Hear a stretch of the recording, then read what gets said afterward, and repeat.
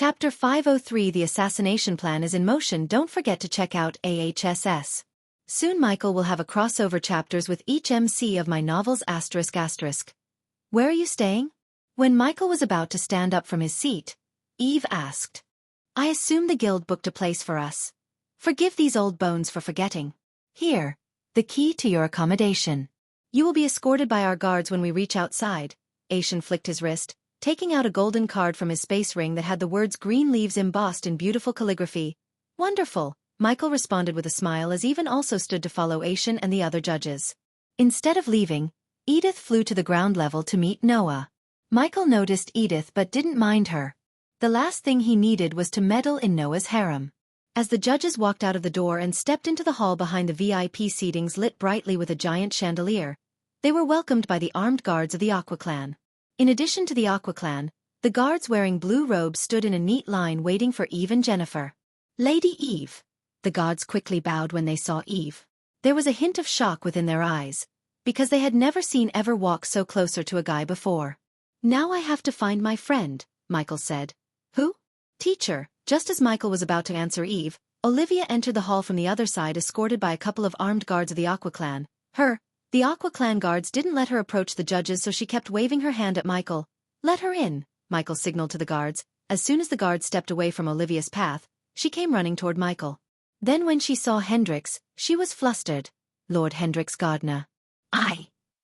I am a big admirer of yours, she stuttered, kneading her hands. Looking at Olivia, Hendrix warmly smiled. I am glad, young lady. So you're learning from Ghost? Olivia bobbed her head up and down. Yes. You are a fortunate young lady to have a teacher like him. With a nod and a pat on Olivia's shoulder, Hendrix walked away from them with Aishan, Alred, and Gabriel before Olivia could talk to the others. At the moment, only 5 Aqua Clan guards, Eve, Olivia, Ghost, and Eve's guards remained in the hall. Lady Eve, turning her gaze away from Hendrix and the other grandmasters, Olivia slightly bent her waist. Lady Eve, Olivia greeted Eve with a respectful tone. Eve Olivia, Michael simply pointed at Olivia. Pleasure to meet you, Olivia. Eve surprised the guards yet again by extending her hand toward Olivia. Pleasure is all mine, Lady Eve. Olivia shook her hand. Please, call me Eve. Eve gently smiled and said, I think we should leave. I have to find accommodation for you. What? You have no place to stay? Eve was slightly surprised. We just arrived at Oxshore this morning, and it's my fault for not finding a place. Olivia scratched her head. You're coming with me, Eve quickly said, shocking Michael and Olivia. But don't make me call my guards, Edith coldly chuckled, but Michael could tell if they disagreed, she would really use the guards. I have literally no choice then, Olivia chuckled back as they began to walk out of the giant hall.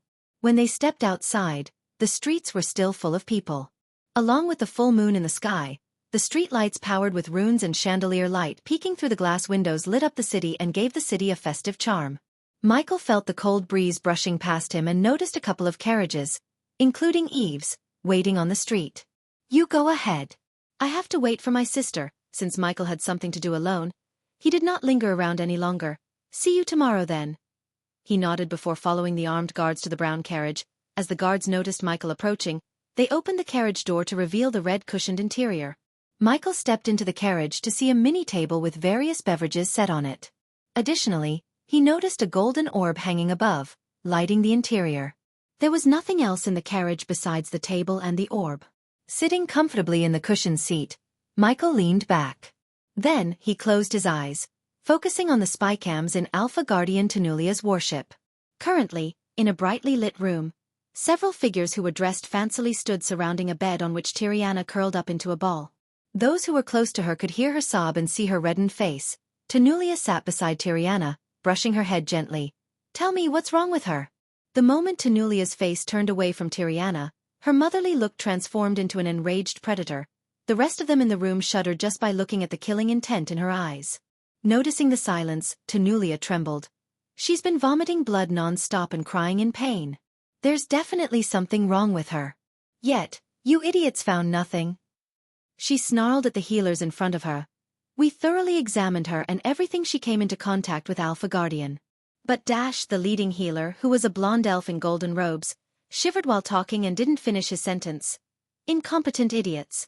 Go to Aur and bring me the heavenly alchemists before I lose my patience. Tenulia threatened them with gritted teeth. Hearing her threat, they all trembled. Soon they quickly ran away from the room, leaving Tanulia and Tiriana in the room. Just bear the pain, Tiri. The alchemists will be here shortly. Tanulia kept brushing Tiriana's head like a mother. Lots of work, vampires. Tiriana blurted out a few words, fighting through the pain. Shoo, we are taking care of it, Tanulia said with a smile to calm Tiriana down.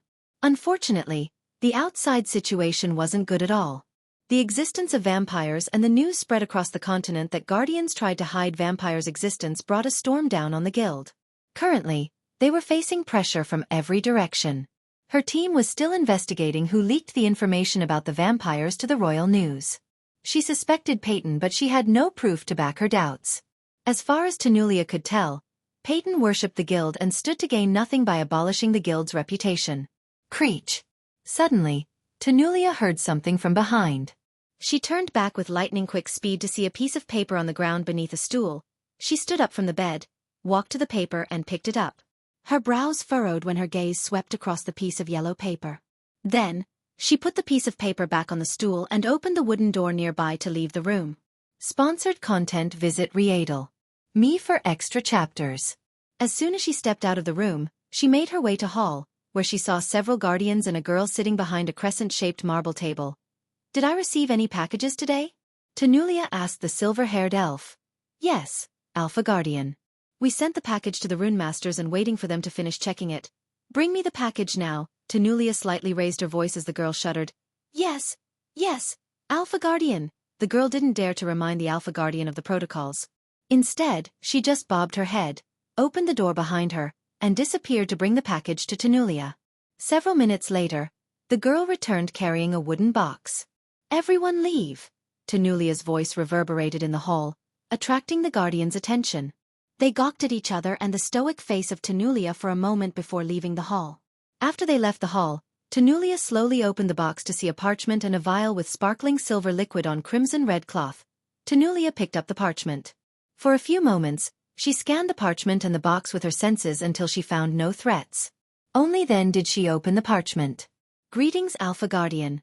We remained in darkness, harming no one. But you and your guardians decided to expose us to the light. You shouldn't have done that. Because of you, your best friend is now suffering. Suppose you don't personally come to apologize to us alone at the location marked down below. In that case, your friend will experience the most excruciating death the elves have ever seen. P.S. The vial contains something that will lessen her pain. Consider this a courtesy of our great nation of Nightwalkers, aka vampires, as you named us. Your friend has 2 days to live. So your clock is ticking. Alpha Guardian. Tanulia's body trembled as she read the parchment. Just as she finished reading the letter, Tiriana's scream echoed through the warship. Immediately, Tanulia hurried to the room, and when she reached the room, she saw Tiriana puking blood, rolling on the floor while screaming in agony. Subconsciously, Tanulia picked up the potion before leaving the hall. Tiri. Tanulia dashed at Tiriana. Argghh. Tiriana kept screaming in agony when Tanulia sat beside her and put her head on her lap. Without Tanulia's control, her eyes watered. Tanu! Tiriana screamed as blood gushed out of her nostrils, eyes and ears. At that moment, many guardians who heard Tiriana's scream flocked into the room. Alpha Guardian. Among those who entered the room were the healers who had previously left the room. They quickly rushed to her side and knelt beside Tiriana. The blonde healer quickly retrieved a sparkling blue potion from his space ring and forced it down Tiriana's throat. Since it was the healing potion brewed by Ghost, Tanulia allowed the healer to give the potion. It was the only thing that lessened Tiriana's pain. Erg! However, unlike before, Tiriana didn't stop screaming. Ever after the blonde elf chugged an entire bottle of healing potion down her throat, they couldn't stop Tiriana from screaming. It's not working. The healer stuttered as Tanulia saw Tiriana's eyes closing. The healer immediately placed his hand on Tiriana's throat only to sense her pulses slowing down. Alpha Guardian, her pulse. It's dropping. When Tanulia heard his words, her heart skipped a beat. She held Tiriana tightly. She is dying, Alpha Guardian, the healer gravely said. All the guardians broke into a sweat while Tanulia's muscles went rigid. She couldn't even move a muscle because of the overwhelming grief. Finally, tears broke out of her eyes and rolled out on her rosy cheeks. The potion, Tanulia remembered the potion in her hand. Alpha Guardian, if we don't find a cure to whatever is happening to her, she will die within a few minutes. We don't have enough time, the healer swallowed his fear and explained the situation to Tanulia. Tiri, Tanulia's hand shivered, bringing the potion to Tiriana's mouth. As an Alpha Guardian, she was trained to make quick decisions because a second delay would cost lives in her position. Hence, she decided to give the potion she received rather than gambling with Tiriana's life. However, if she didn't give the potion, it was inevitable that Tiriana would die. Alpha Guardian, what is that? The healer asked Tanulia. Instead of answering him, she just opened the vial and gently poured the liquid into her mouth. Surprisingly, the moment the potion touched Tyreria's tongue, the healer noticed her pulse speed up. Alpha Guardian, her pulse is improving. Tanulia heaved a sigh of relief as she emptied the potion into Tiriana's mouth. Chapter 50. For the final round after Tiriana drank the potion, the rosiness returned to her. The healer quickly examined her body only to see her vital signs such as pulse, arch energy circulation, and breathing had become normal. Nonetheless, Tiriana remained unconscious. Fortunately, they learned she had fallen asleep after suffering so much. Seeing Tiriana peacefully sleeping on her lap, Tanulia knew what she had to do.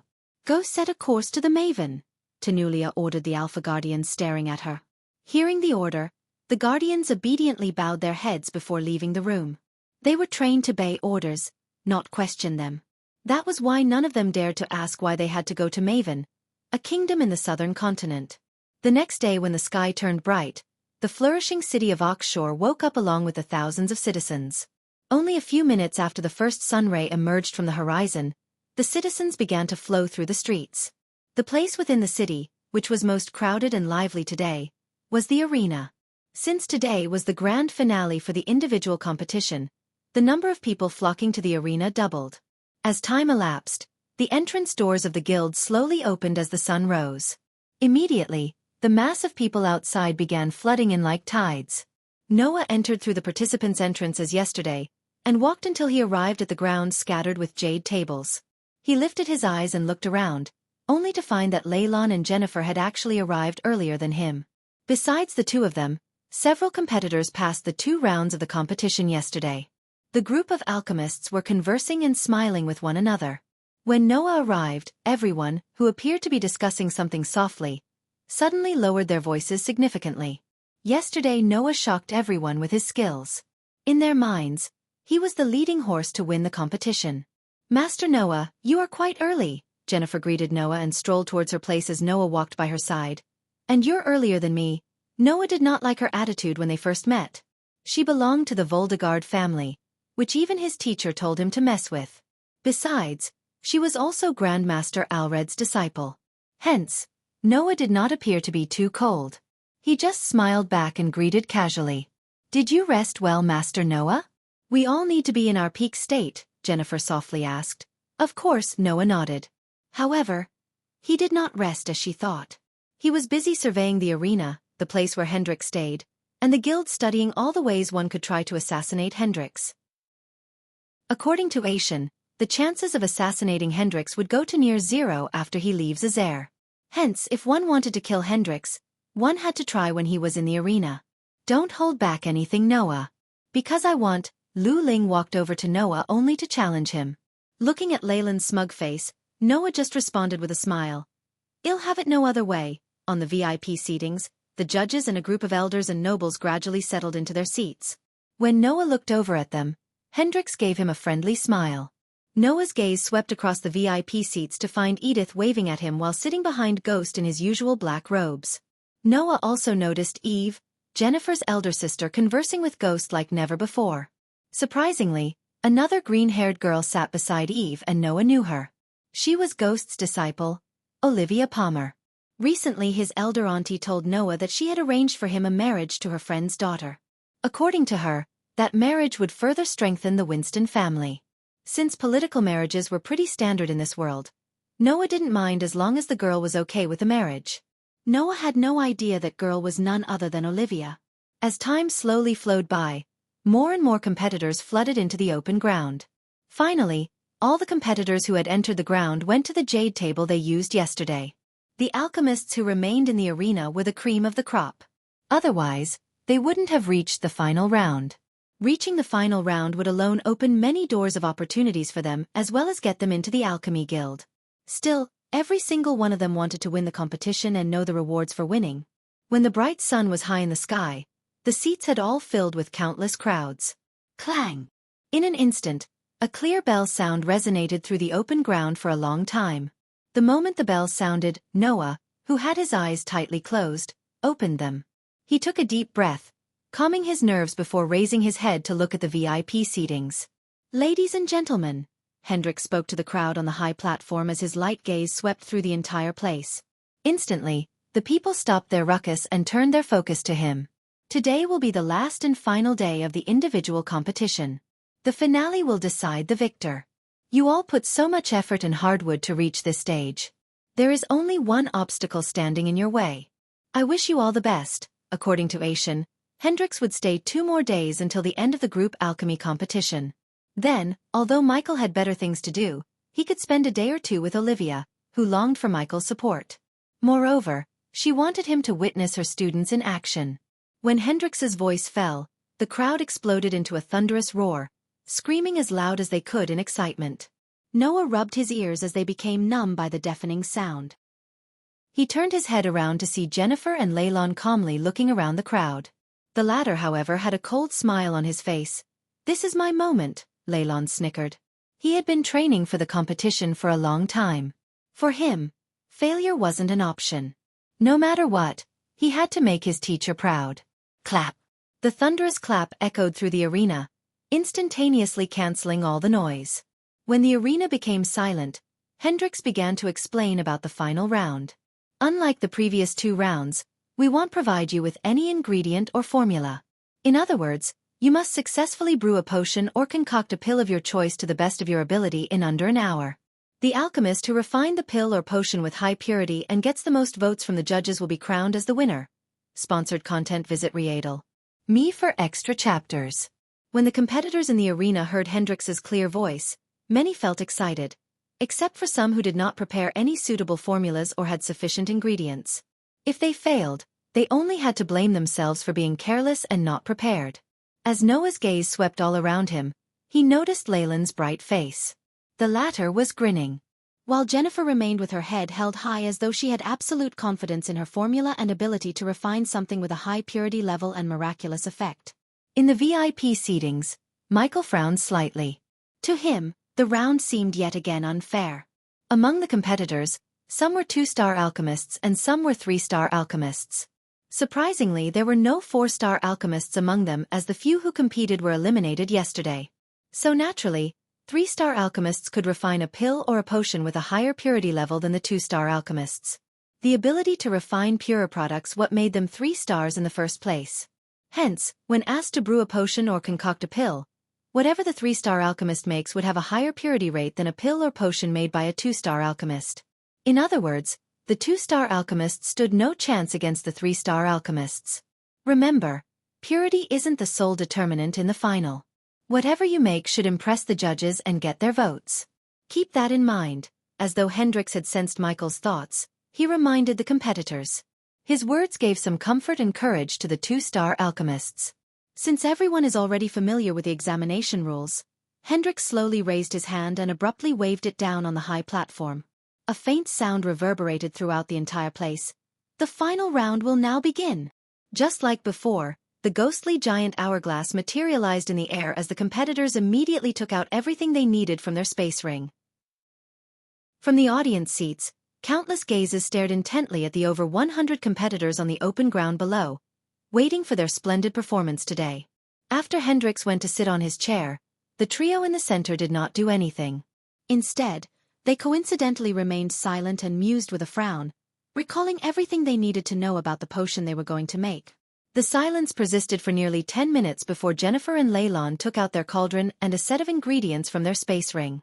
Hearing the sound of the cauldrons landing on the jade tables, Noah frowned as the cauldrons that the two pulled out were clearly not the same ones they used yesterday. Seeing the profound auras that were emitted from the ancient-looking jade cauldrons, it was clear that the cauldrons clearly belonged to the epic class. Item classes equals common, uncommon, rare, epic, legendary. They surpassed Noah's cauldron, which belonged to the rare class. That little brat, sitting beside Ghost, Eve mumbled. She took Grandpa's cauldron, Eve said with a helpless chuckle only loud enough for Michael and Olivia to hear. Better cauldron will definitely raise her odds to win, Olivia whispered to Olivia. She better win this. What do you think, Ghost? You're still betting on Noah? Michael nodded. If nothing dramatic happened, he knew Noah would win the competition easily because, unlike them, he knew Noah's secret. Lord Gabriel. Is that the cauldron you used decades ago? Alred asked, pointing at Leyland's jade cauldron, which had a tint of redness to it. Yes, Gabriel responded with a simple nod. If my memory serves me right, you used it to take the champion spot during that year's competition. It seems you're pretty confident in your student, Alred amused. He will win this. Gabriel's voice was full of confidence and trust. All the judges had already begun to bet on their favorites. Still, they had no idea the competition would become a butchery. Edith suddenly stood up, walking toward the door in the back while the judges and the nobles were observing the alchemists on the ground. Michael noticed Edith leaving but didn't pay any mind to her. Chapter 505. The massacre has begun in the spacious arena. The gentle breeze brushed past the people, cradling them with its chillness. Michael observed the alchemists showing no expression on his blank as a slate face. The pungent smell of herbs and fire entered his nostrils, competing with the sweet fragrance coming from Eve. Today she looked gorgeous. It might be because Ghost became closer to her as a friend, which was why Michael looked at her in a different light. At first, Michael thought she was no different than a typical cold beauty such as Alicia. The more he talked to Eve, the warmer her character became. Michael felt that she would become a good friend to him. She was open, helpful, and understanding. Eve reminded Michael of a girl he used to play with in the orphanage. Coincidentally, her name was also Eve. So Michael knew deep down he treated Eve as his friend because of his childhood friend.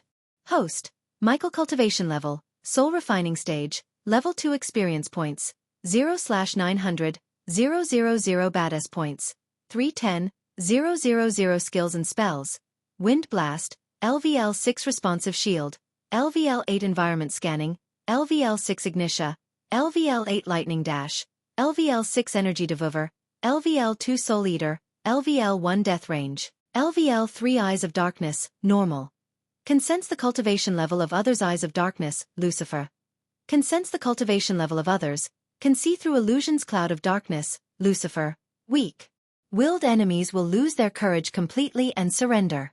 Death range will be 50% more powerful, and if activated in darkness, the host's cultivation level will be boosted 4 levels up regardless of the stage barrier. Wordless spellcaster, Lucifer. In full Lucifer form, the host just has to think of the spell to cast it. Techniques: Swords of Destiny, 98% mastery. Ring of Fire, 92% mastery. Serpent Maga, 97% mastery. Occupation: Core Disciple of Sunrise Sect, the Guardian of Sunrise Sect. Lord Lucifer of the Abyssal, the Dark Lord, King of Bradford. Status: Healthy goals: Control the world, rebuild the Order of Death. Utility function: Banker, LVL 5, ratio: 1000 gold coins, 40 badass points. Runic teleportation. X-ray vision, also integrated with Eyes of Darkness. Wealth: 18 million gold. Special trait: 5-star alchemist. 4-star. Inventor. Subordinates: Gaia, warrior, loyalty level 100%. Raylene, 5-star chef, loyalty level 99%. Arya, assassin, loyalty level 86%. Heinberg, warrior, loyalty level 45%. Maxine, warrior, loyalty level 98%. Tiberius, warrior, loyalty level 55%. Sadie, loyalty level 50%. Ricky, loyalty level 98%. Titus, loyalty level 60%. Optimus, loyalty level 60%. The Silent Reaper crew, pirates, loyalty level 90%. Base of operation: Sunrise Sect, the Abyssal, the Crypt Kingdom of Bradford. Familiars: Nightmare, Forest. Dragon, Vidora, 3-headed Hydra, elemental manipulation. Wind, 10% mastery. Fire, 10% mastery. Lightning, 15% mastery. Darkness, 20%. I should definitely upgrade my inventor trait. After getting blood samples and every other possible sample from Victor, Michael planned to build some nasty weapons against the vampires. As far as Michael learned about vampires, he needed special weapons. The rest of the world was unbelievably vulnerable to the vampires. Noah may have been somewhat astonished by the epic-class cauldrons Leylon and Jennifer had on the open ground. However, Andreas taught him the cauldron was merely an object, and an alchemist should not depend on the cauldron to refine a pill or potion. According to Andrews, an alchemist should be able to use the alchemy fire as a cauldron and refine pills and potions without a problem. Just like Ghost. Noah's white cauldron seemed somewhat shabby compared to Jennifer and Leylon. Unlike the rest, Noah was not too concerned about the cauldrons. Instead, he closed his eyes and thought for a moment. Then, he flicked his finger gently, and a set of the ingredients needed to refine the Crimson Waves potion appeared on the stone table. The moment Michael saw the ingredients on Noah's table, Michael knew what he was going to brew. To be honest, the potion had all the wow factors to win the competition. Michael doubted anyone in the judging panel except Hendrix would know about the Crimson Waves potion. When an alchemist drank the potion, their alchemy fire would turn crimson red. Hence the name. The crimson red fire would burn hotter and easier to control than the default green flame so that the alchemist could produce pills and potions with a 10 to 15% higher purity rate up to 70%. If an alchemist could refine pills and potions with 70% purity, the potion wouldn't provide any effects. Michael didn't use the potion because he did not need to. He was a 5-star alchemist right out of the bat. So why didn't he sell them? Because it was bad for business to enhance alchemists. The fewer alchemists there were the better. The hundreds of emerald green flames danced and flickered in the arena like fireflies made of jade glimmering in the night.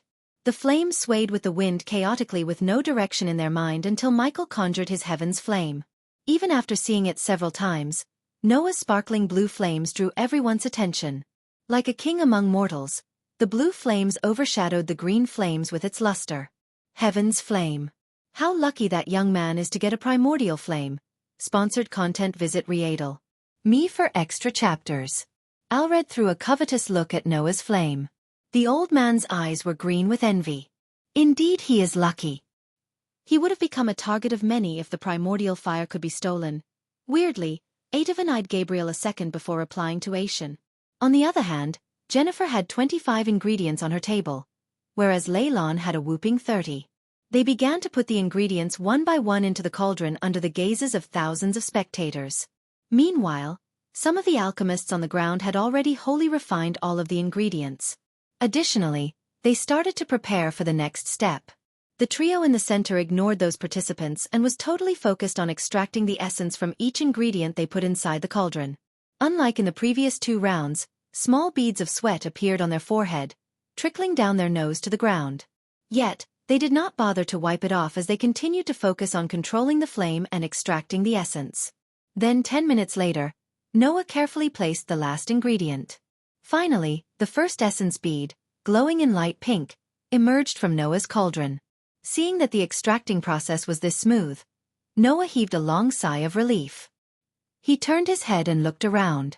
Surprised, he discovered that Jennifer and Leylon had formed 5 beads. Time slowly passed by as some of the competitors who initially had calm expressions began to pant a little. Such a huge burden and consumption of arch energy really exhausted them. Michael was getting bored out of his mind and even yawned behind his hand. Seeing Michael yawn, Eve couldn't hold back too. I kinda wish I had seen your Elon battle tournament, Eve said, taking her gaze away from Jennifer. Suddenly Michael knit his brows as his neck hair stood up, alerting him of an upcoming threat. First, the air became thick with an intense scent of blood. Then as though something was sucking all the light in the arena, the area turned gloomier. What the? Eve looked up to see a dark blanket falling over the arena. The arena was the size of a football stadium on Earth and currently, the blanket falling from the sky covered the entire open sky above the arena. What's happening? Oh God. The fuck? Immediately the spectators were thrown into chaos. Whoosh. Following the dark net, a strong gust of wind in the form of a wave brushed past the hundreds of alchemists, putting off their alchemy fire. Ghost, terror clutched Eve's heart as she involuntarily squeezed Michael's hand. All the judges immediately stood up from their seats bewildered. Even Hendrix lost the calmness on his face. The sudden darkness along with the pungent blood stench in the air terrified them. Lady Eve. Michael turned back to see a guard of Eve walking towards Eve holding his throat.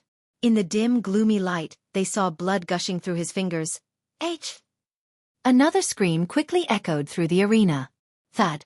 The guard collapsed to the ground while another ear-piercing scream of a girl entered their ears.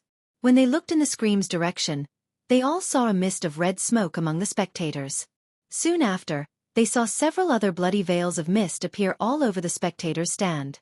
At this moment, the screams were the only sound they heard. "Guards!" Alred shouted, but no one responded. "Teacher." "Ghost, look."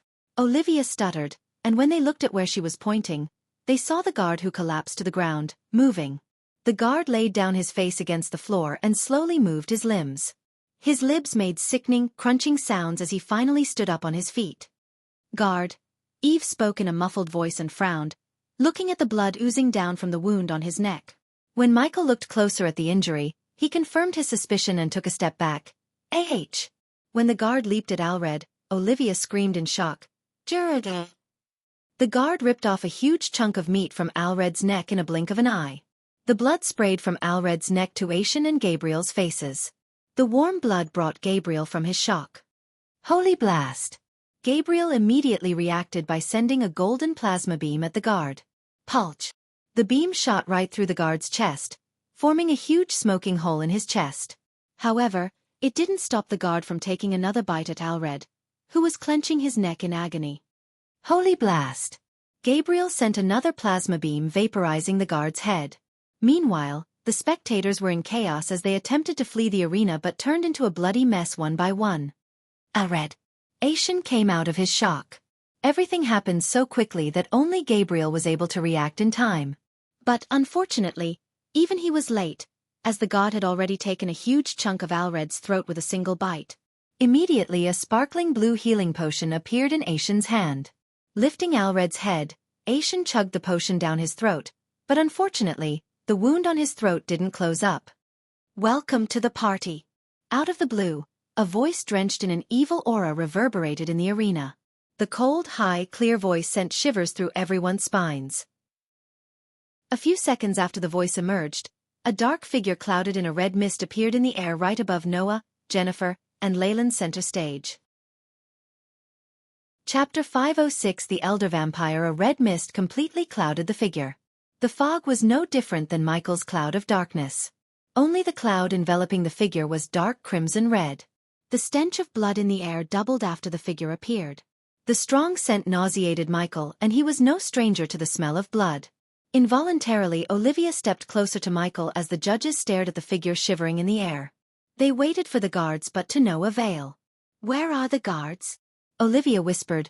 "Boys, slow down," the figure's voice echoed through the arena. Only then did they witness people in the arena getting bitten by someone enveloped in the red mist just like the one in the air. The people who got bitten from behind exploded afterward. "Ah!" Looking at the scene, many screamed out loud and panicked. Instantly, the people made a run for the exit, only to turn into a pulpy mess.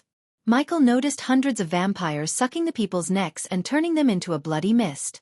Deep down in his heart, he was glad Olivia was with him. Otherwise, she would have been targeted by the vampires. "Oh my god, oh my god, oh my god!" Olivia panicked, shivering from top to bottom. "Guards! Guards!" Aishan and Gabriel both screamed for the guards, but no one came through the door behind them. Michael never expected the vampires to launch a large-scale attack. Instead, he thought they would go into hiding because that is what he would have done if someone had exposed his secret identity. "This is troublesome," Michael said to himself. According to the experiments and information he gathered from Victor, vampires were immune to spell attacks no matter how powerful the spell was. The guard who was killed by Gabriel wasn't a fully turned vampire. He was controlled like a puppet by someone, probably the vampire shrouded in a red mist. The bloody mists appeared after the people exploded, drifted to the vampire hovering in the air, and enhanced the crimson-red cloud around the vampire. Killing a vampire without going into full Dark Lord was highly troublesome. He had to use the dark flames to kill or even slow down a vampire. Otherwise, they would just regenerate and attack back with several times more ferociousness. Fortunately, the vampires blocked the sunlight by putting on a giant blanket over the arena. But, unfortunately, by doing this, they turned the arena dark, and darkness was his domain. "Shit! What's happening? Where are the guards?" Leylon and Jennifer panicked just as the rest of the alchemists. Considering the vampires hadn't started to kill the alchemists on the ground yet, they still possessed the ability to think. The spectators, however, ran for the exit like headless chickens. Many got stepped over and died by getting crushed. Jade crucifix. All of a sudden, Hendrix, who remained furrowing his gray eyebrows, raised his hand. The very next moment, an emerald green crucifix materialized in the air just a few meters away from Michael. The crucifix went from a typical handheld size to a giant 8-foot crucifix. It floated towards the vampire in the air. As the crucifix floated towards the vampire, it sucked the bloody mist like a black hole. Soon afterward, Michael noticed several vampires getting sucked from the spectators' stand. They screamed and squirmed. However, Michael noticed that only several people in guards' uniforms were getting sucked by the crucifix. Those who bit people wearing completely black robes remained still without getting affected by the crucifix. The crucifix differentiated the halfly turned puppets from the fully matured vampires. What bothered Michael was how mature these vampires were. If they were anything like Victor, the odds of surviving would go way down. He could count at least 50 vampires. Weirdly, he sensed no cultivation power from them. There was only a possible explanation that appeared in Michael's mind. When the vampires crossed the void line, they possessed a cultivation level like the normal cultivators. But, in the cultivation of continents, they became something else. Are they stronger or weaker? That was the question that quickly emerged in his mind. Humph! Michael heard the vampire in the air snicker. Afterward, a trail of smoke extended from the crimson-red shroud towards the crucifix. Then, the emerald-green crucifix and blood-red smoke clashed in mid-air, producing an otherworldly whistling sound. The crimson-red smoke rapidly engulfed the crucifix, rendering the emerald-green dim. In a couple of blinks of an eye, the red smoke completely swallowed the crucifix. Boom! Then, the sound of the explosion reverberated in the air as Michael witnessed thousands of tiny green particles raining down. Ah! Hendrix coughed up a mouthful of blood as he stumbled back, losing his balance. Run! Hendrix mumbled. Hendrix was at the fusion stage, yet his spell was decimated within a few moments. Even if Hendrix was a warrior, his spell still wouldn't have affected the vampire. Is he an elder vampire?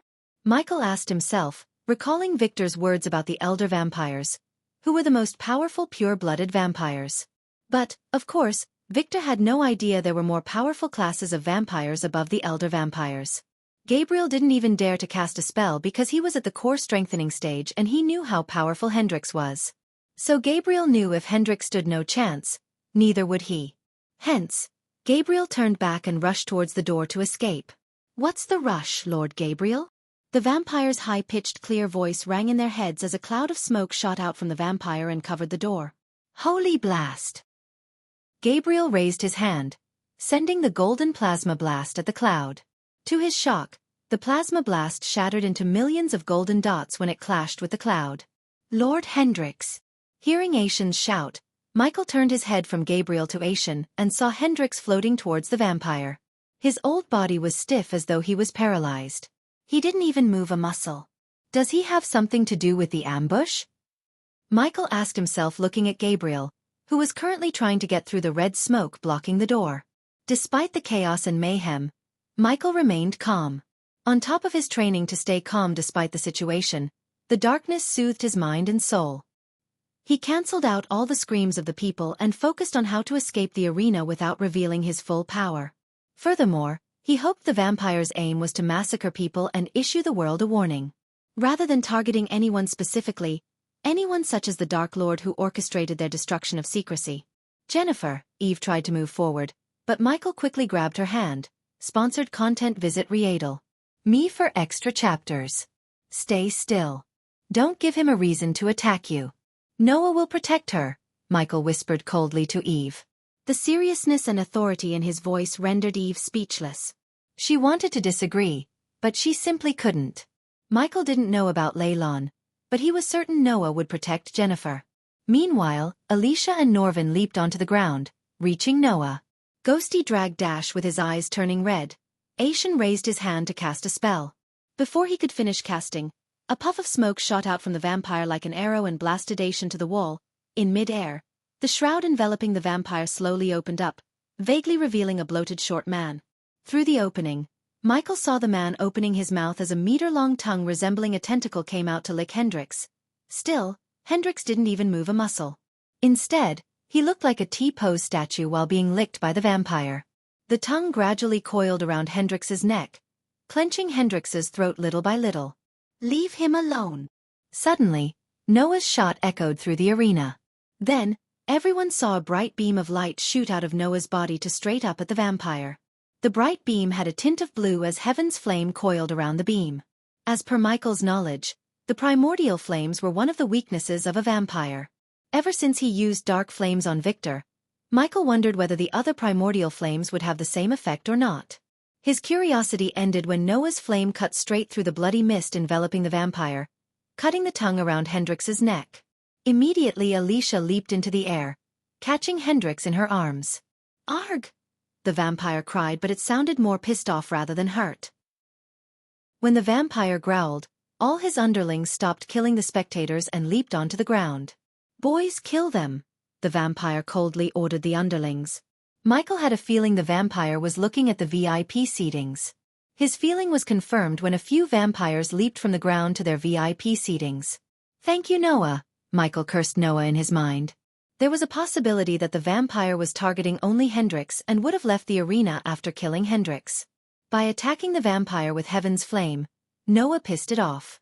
Now, the vampire ordered the underlings to kill them instead of killing the spectators. Granted, Michael felt terrible for the people who got killed by the vampires. Yet, his own survival was more important to him than the people. When two powerful forces were at war, people would die. As far as Michael was concerned, it was impossible to save everyone. "Get them to safety." From the ground, Noah shouted at Alicia. And just as she was about to leap at the VIP seatings, Noah raised his hand, sending a stream of Heaven's Flame to Alicia's golden spear. Immediately, her spear lit with Heaven's Flame. Michael, who saw the spear burning with Heaven's Flame, cursed at the dark flames because if he had to cover his swords in dark flames, the flames would melt down the steel like a knob of butter. "Seems like mine is more powerful than Heaven's Flame," he calmed himself down, comparing Heaven's Flame and the dark flames. "Stay back." Michael stepped in front of Eve and Olivia as two vampires targeted him. While four others targeted Asian and Gabriel. "Like hell I would." Eve stepped forward and stood beside Michael as a hammer with a gold handle materialized in her hand. In the corner of his eyes, Michael saw several tiny runes glowing on the gray hammerhead. Eve kept spinning her hammer until the hammer became blurry. "Whoa!" Michael was stunned when she threw the hammer at the vampire and sent the vampire flying before hitting the vampire in the chest. Whoosh! She raised her hand as the hammer, which disappeared from their sight, came right back into her hand. Michael noticed the runes glowing brighter than before. Unfortunately, he missed the ability to summon back Doombringer after throwing it. At the moment, he had to upgrade the Doombringer if he wanted to place any runes. Seeing Eve summon the hammer back, he was slightly jealous, to be honest. Moreover, she looked so cool. However, Michael didn't plan to be on the sidelines. This was his scene, and Michael had enough of being sidelined. Chapter 507. Onto the fire from the frying pan. The vampire who witnessed his friend get sent flying by Eve bore his teeth, showing razor-sharp teeth. The vampires wore dark robes from head to toe, and under the dark cloak, Michael could see their pale faces and crimson-red slit pupils. Pulch! As the vampire stared at Eve, a spear impaled him from behind. Alicia lifted the vampire with her spear in the air and let Heaven's Flame completely engulf the vampire. The vampire burnt to a crisp in a matter of seconds as the wind took the gray ash with it. The two girls stole Michael's thunder. But Michael was calm. Surviving the vampires was more important than showing off. End of the day, being alive was the most badass thing one could do. Eve. Before Alicia could lock her eyes with Michael, Jennifer landed on the VIP stage beside her sister. "Jenny." Eve embraced her little sister in a tight hug. Jennifer's face was pale because of what she had witnessed. The young girl was terrified. Michael could see her body trembling uncontrollably. Unlike her sister Eve, she was not a warrior trained in combat. She was an alchemist. Her fear for blood and gore was the exact reason the Voldegarde spent their resources to make her an alchemist instead of a warrior. "Teacher." After Jennifer, Leylon landed on the stage. Seeing the four remaining vampires turning their focus to Alicia and Eve from Gabriel and Asian, Alicia took a step forward, grabbed her spear in two hands tightly, and locked her gaze with the four vampires approaching her. Michael remained still and stepped towards the door. In the corner of his eye, he noticed the golden Babaru running around, attacking the vampires and clearing the way for the people to escape. The monkey was fast but not fast enough to save all the people. There were many people getting slaughtered by the vampires among the spectators. Come on, while Alicia was fighting 4 vampires at the same time, Michael reached the door with Olivia and Eve following him behind. Alicia noticed Ghost ignoring her, and her eyes immediately got filled with fury. Arg! Alicia roared as she slammed the spear onto the stage, creating a powerful shock wave that knocked down the vampires as well as everyone except Michael and Eve. Bitch, one of the vampires snarled. Then, he dashed at Alicia faster than ever before. Michael noticed the vampires finally taking the fight seriously. Their inhuman speed stunned Alicia. Michael, who fought Victor, knew their speed. In a blink of an eye, the vampire appeared behind Alicia. On the other side, the 3 vampires flanked Alicia from all directions. That bitch is dead, Michael amused inside. One less ally for Noah was one less enemy for him. While this was happening on the VIP stage, Noah was fighting the vampires on the ground. Fortunately, the vampire in the air observed the fight, not intending to join the battle himself. The more people the vampires killed, the bigger the shroud of red mist around him. Holy blast, holy blast, holy blast. Leylon kept shooting plasma blasts in all directions hoping to hit the vampires. Arg! After several tries, he hit something, but it wasn't a vampire. He hit Alicia, who was fighting 4 vampires. With a stomp to the ground, Eve knocked down several chairs and pushed down Jennifer's head. Stay here. Then Eve leaped into the air, raising her hammer in the air. Boom! A vampire was about to bite Alicia in the neck when Eve brought the wrath of her hammer down on him. Immediately the 4 vampires dashed away, sensing the impending danger. However, when Eve's hammer hit the stage, a shock wave that was several times more powerful than the one Alicia created blasted everyone and everything. Even Michael stumbled and had to grab the wall to steady himself. In addition, the hammer made several cracks on the stage. Looking at the cracks widening, Michael didn't think the stage could withstand another attack. While Eve was spinning her hammer and creating a wind force that slowed down vampires, Michael went to the door, which was covered by the red mist. Get out of my way, Michael shoved Gabriel away from the door. Bastard! Gabriel almost lost his balance and was enraged by Michael's action.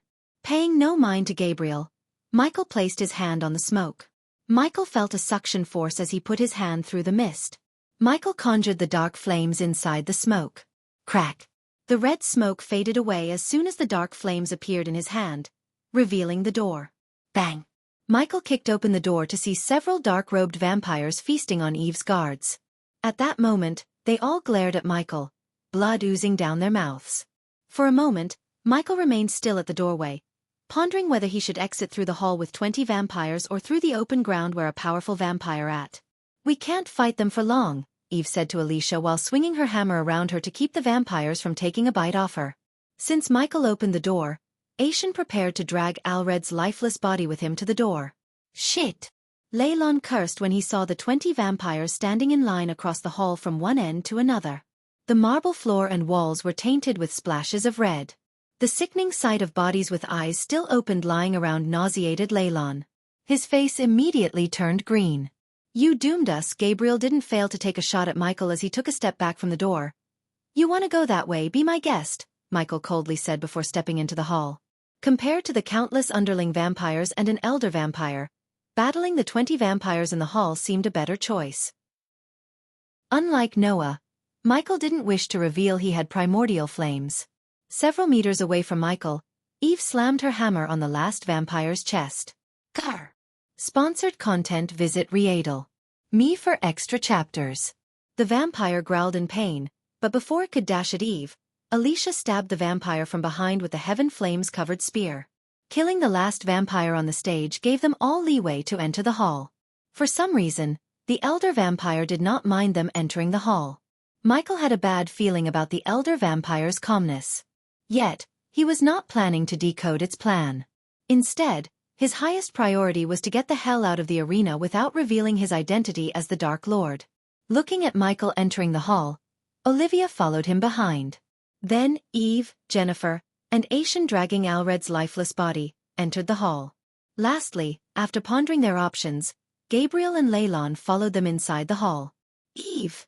Jennifer shivered, looking at the vampires in front of her. Except for their mouth, One could see nothing due to the dark robes and cloak. The vampires snarled, revealing their blood-covered teeth and 2 razor-sharp fangs. "Fresh blood," one of the vampires said in a croaky voice. "Well, get through this." Eve hid the dread in her heart and pretended to be fearless. Fighting 4 vampires took so much effort from both of them. So Eve knew how difficult, if not impossible, to fight 20 vampires. "Where are you going?" Eve was startled to see Ghost turning his back and walking back to the door. Instead of answering Eve, Michael closed the door. "What the hell?" Leylon tried to shout this time, but only a muffled cry escaped his mouth. Again, he did not want to agitate the vampires in front of him. Alicia coldly stared at him. She directed her killing toward Michael more than she directed toward the vampires. Again, rather than responding to pointless questions, Michael grabbed a chair and stuck it against the door knob to prevent anyone from opening the door from outside. Regardless of the situation, he remained calm, which surprised Eve. There was no fear in his eyes. "Ghost, I don't think we can take on all of them," Aishan said in a husky voice. "You have a better idea? It's them or the one who knocked out Lord Hendrix in a second." Recalling what happened to Hendrix, Aishan's heart skipped a beat. At this moment, he could only pray Noah would somehow save Hendrix and himself. "Why aren't they attacking?" Eve mumbled. Her words were barely audible to those who were near her. Yet the vampires who stood 20 meters away from her clearly heard her. "Meat dipped in fear is tastier," a vampire snickered. After hearing his murderous voice, Jennifer felt a chill running down her spine. She felt like the vampire was looking at her while speaking those words. "Follow my lead," Alicia took a step forward, and then she looked over her shoulder at Michael. "Don't get killed." Eve could sense the apparent tension between them. Last night when she spent the night with Olivia, she heard about what happened during the tournament. But, like most people, Eve also blamed Peter for his fate. Alicia was lucky that Michael was a very patient man. Otherwise, he would have beaten the crap out of her just to wipe that stern look off her face. However, before she could take another step, Eve saw a streak of golden light across the hall running through between 2 vampires. It took her a moment to realize that Ghost had disappeared from her side. While she was in shock, wondering where did he go, the heads of the 2 vampires near the golden trail dropped to the ground, producing a sickening thud sound. The vampires standing in a neat line were startled to see their friends dancing on the floor without their heads. The blood spraying from the 2 headless bodies interrupted the group's vision. Still, through the blood fountain, Eve vaguely saw a figure on the other side of the vampire line. "Ghost," she mumbled, completely stunned by him. One moment he was there, and the next he wasn't. Not only Eve, every single one was taken aback by surprise. The vampires could generate any parts of their bodies in a few minutes but not their heads. Hence, when Michael cleaved the heads off their shoulders, they could only do one thing: die. The vampires were immune to spells, arrays, and anything that was powered by arch or celestial energy but not to physical attacks void of any energy. Besides, the vampires remained still without moving an inch. Hence, Michael was able to cut their heads off with no problem. Ding! Congratulations to the host for killing a vampire.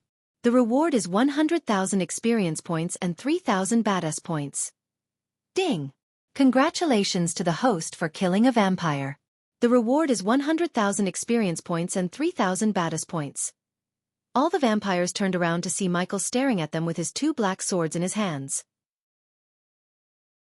Chapter 508: Accident or Assassination. Just like that, Michael killed 2 vampires. Then, while the vampires were stunned, Michael took a glimmering silvery vial from the system storage. Clang! Michael threw the vial at the ground near the vampire. The vial shattered until countless tiny pieces of glass as a puff of white smoke engulfed the air between Michael and the vampires. It burns. My eyes. Suddenly, the vampires began running around the hall, clenching their eyes and screaming. After taking Victor's blood samples, Michael brewed the tear gas to disorient the vampires. Michael did not dare to waste any time as he cast the lightning dash. This is our chance. Push forward. Eve raised her hammer, roaring a battle cry before running toward the vampires swinging her hammer. Cut their heads off. Eve felt a chill when she heard Ghost's voice sounding in her ears. It took her a second to realize that he had run past her, and she just couldn't see him but only the golden trail beside her. While Eve, Alicia, and Ghost were fighting the disoriented vampires, Gabriel and Leylon made a break for it. They cautiously went to the hall's corner and walked to the other side, remaining so close to the wall like a pair of geckos. Blood tornado, blood hole, among the 18 vampires. 2 of them stopped running and raised their hands high in the air, casting a spell before Michael could stop them. As soon as they cast the spells, the room was lit with red as though the chandeliers radiating red light instead of white. Additionally, the bodies of Eve's guards squirmed. Soon, all the blood inside their bodies was sucked out from their bodies to form a mini tornado in the middle of the hall. Michael felt his speed decrease due to the tornado countering his spell. His running speed was further reduced when a red hole appeared in the ceiling, sucking everything into it. The red hole sucked everything in the room, such as chairs, remaining bodies, and portraits of various alchemists. Xianxia held Alred's body in one hand and a lion statue which was too heavy for the red hole to suck. Jenny! Eve kept spinning her hammer, fighting the creating a counterforce to the red hole, and shouted at Jennifer. Fortunately, Jennifer and Olivia found a statue similar to the one beside Xianxia and held onto it with their life. Since Gabriel and Leylon were sticking close to the walls, they were able to grab onto the window grill. On the other hand, Alicia stabbed the spear through the floor and held onto the spear. Then, while spinning the hammer, Eve noticed Ghost sliding towards the tornado swirling beneath the red hole. Ghost! She tried to reach for him even though he was at least 10 meters away from her. Yet, even at this very moment, Eve saw no fear or concern on his face. On the contrary, surprisingly, when she shouted at him, she saw a smile emerge on his calm face. She felt creeped out by his smile. How could a man smile in a situation like this? Her mind couldn't find an answer to her question. Then, as she was staring at him, she noticed he suddenly stabbed the floor with the sword in his hand. The next moment, he threw the sword against all the force at the vampire who cast the tornado spell. The sword he threw soared through the air like an arrow until it pierced the vampire's forehead. Immediately the tornado disappeared from existence along with the sickering red ambience. Although the tornado went away and gave them breathing room, the remaining vampires were able to dash at them freely. Unlike Michael and the others, the red hole didn't have any effect on the vampires. Several vampires targeted Alicia since she had Heaven's Flame. They wanted to kill her while she was fighting the suction force. Only a couple of vampires targeted Eve because the vampires deemed her as the less threatening one among them. Her blunt weapon was basically useless against them when she fought them alone without Alicia. All the remaining vampires moved towards Michael. As far as they were concerned, he was just as dangerous as Heaven's Flame-wielding Alicia, if not more. Seeing 5 vampires moving towards him, Michael raised his finger. Ignitia, the golden lightning bolt shot out of his hand, piercing through the vampire's chest. ARJ! Out of the blue, a scream reverberated in the hall. However, it didn't come from the vampire with the hole in his chest but from Gabriel. Unfortunately, Gabriel was in the lightning bolt's trajectory and got hit by the bolt in the hand. Hence, he let go of the window grills, resulting in him being sucked into the red hole. Teacher! Leylon shouted at Gabriel, but it was too late as Gabriel was flinging towards the red hole. He flew towards the red hole like a kite without an anchor until Alicia grabbed Gabriel by his hands. Don't let it go! Gabriel shouted. On the other hand, Alicia's spear began to tremble as it couldn't support 2 people. Ignitia! Michael kept firing lightning bolts at the vampires to keep them from reaching him. This time, none of the lightning bolts hit others. Your hands! Slipping! Gabriel shouted, feeling his grab loosening. Blessing hands!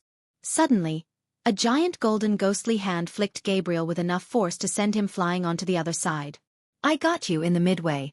Michael grabbed Gabriel by his hand before Gabriel could fly over his head. Teacher! Jennifer cried out loud when she saw Alred's lifeless body disappearing into the red hole. Only then did they realize that the spell was cast by Xianxia. He sacrificed Alred's body by letting him go so he could cast a spell to save Gabriel. Xianxia held no love for Gabriel, but he was unable to let Gabriel die when he could save Gabriel from death. Tears gushed out of Jennifer's eyes as the memory she had spent with Alred flashed across her eyes. Hold me tight! Gabriel shouted at Michael. The swag Gabriel had was nowhere to be found on his face. At the moment, Gabriel shivered and sweated, fearing for his life. I want Lord Gabriel, Michael raised his voice. Gabriel's heart was pounding against his chest. He looked around while holding onto Ghost's hand to see 4 vampires walking toward them. To inflict maximum fear, the vampires showed their teeth, slowly walking toward them. On the one hand, Michael held onto the sword, and on the other, he had on to Gabriel. "Hold tight, Lord Gabriel. Your hands are slipping," Michael shouted as the vampires devilishly grinned. "No, no, no, no." Gabriel frantically shook his head. But, unlike Ghost claimed, he didn't feel his hands slipping. For a moment, Gabriel saw Ghost's lips curling upwards, revealing an evil grin. "It's slipping, Lord Gabriel.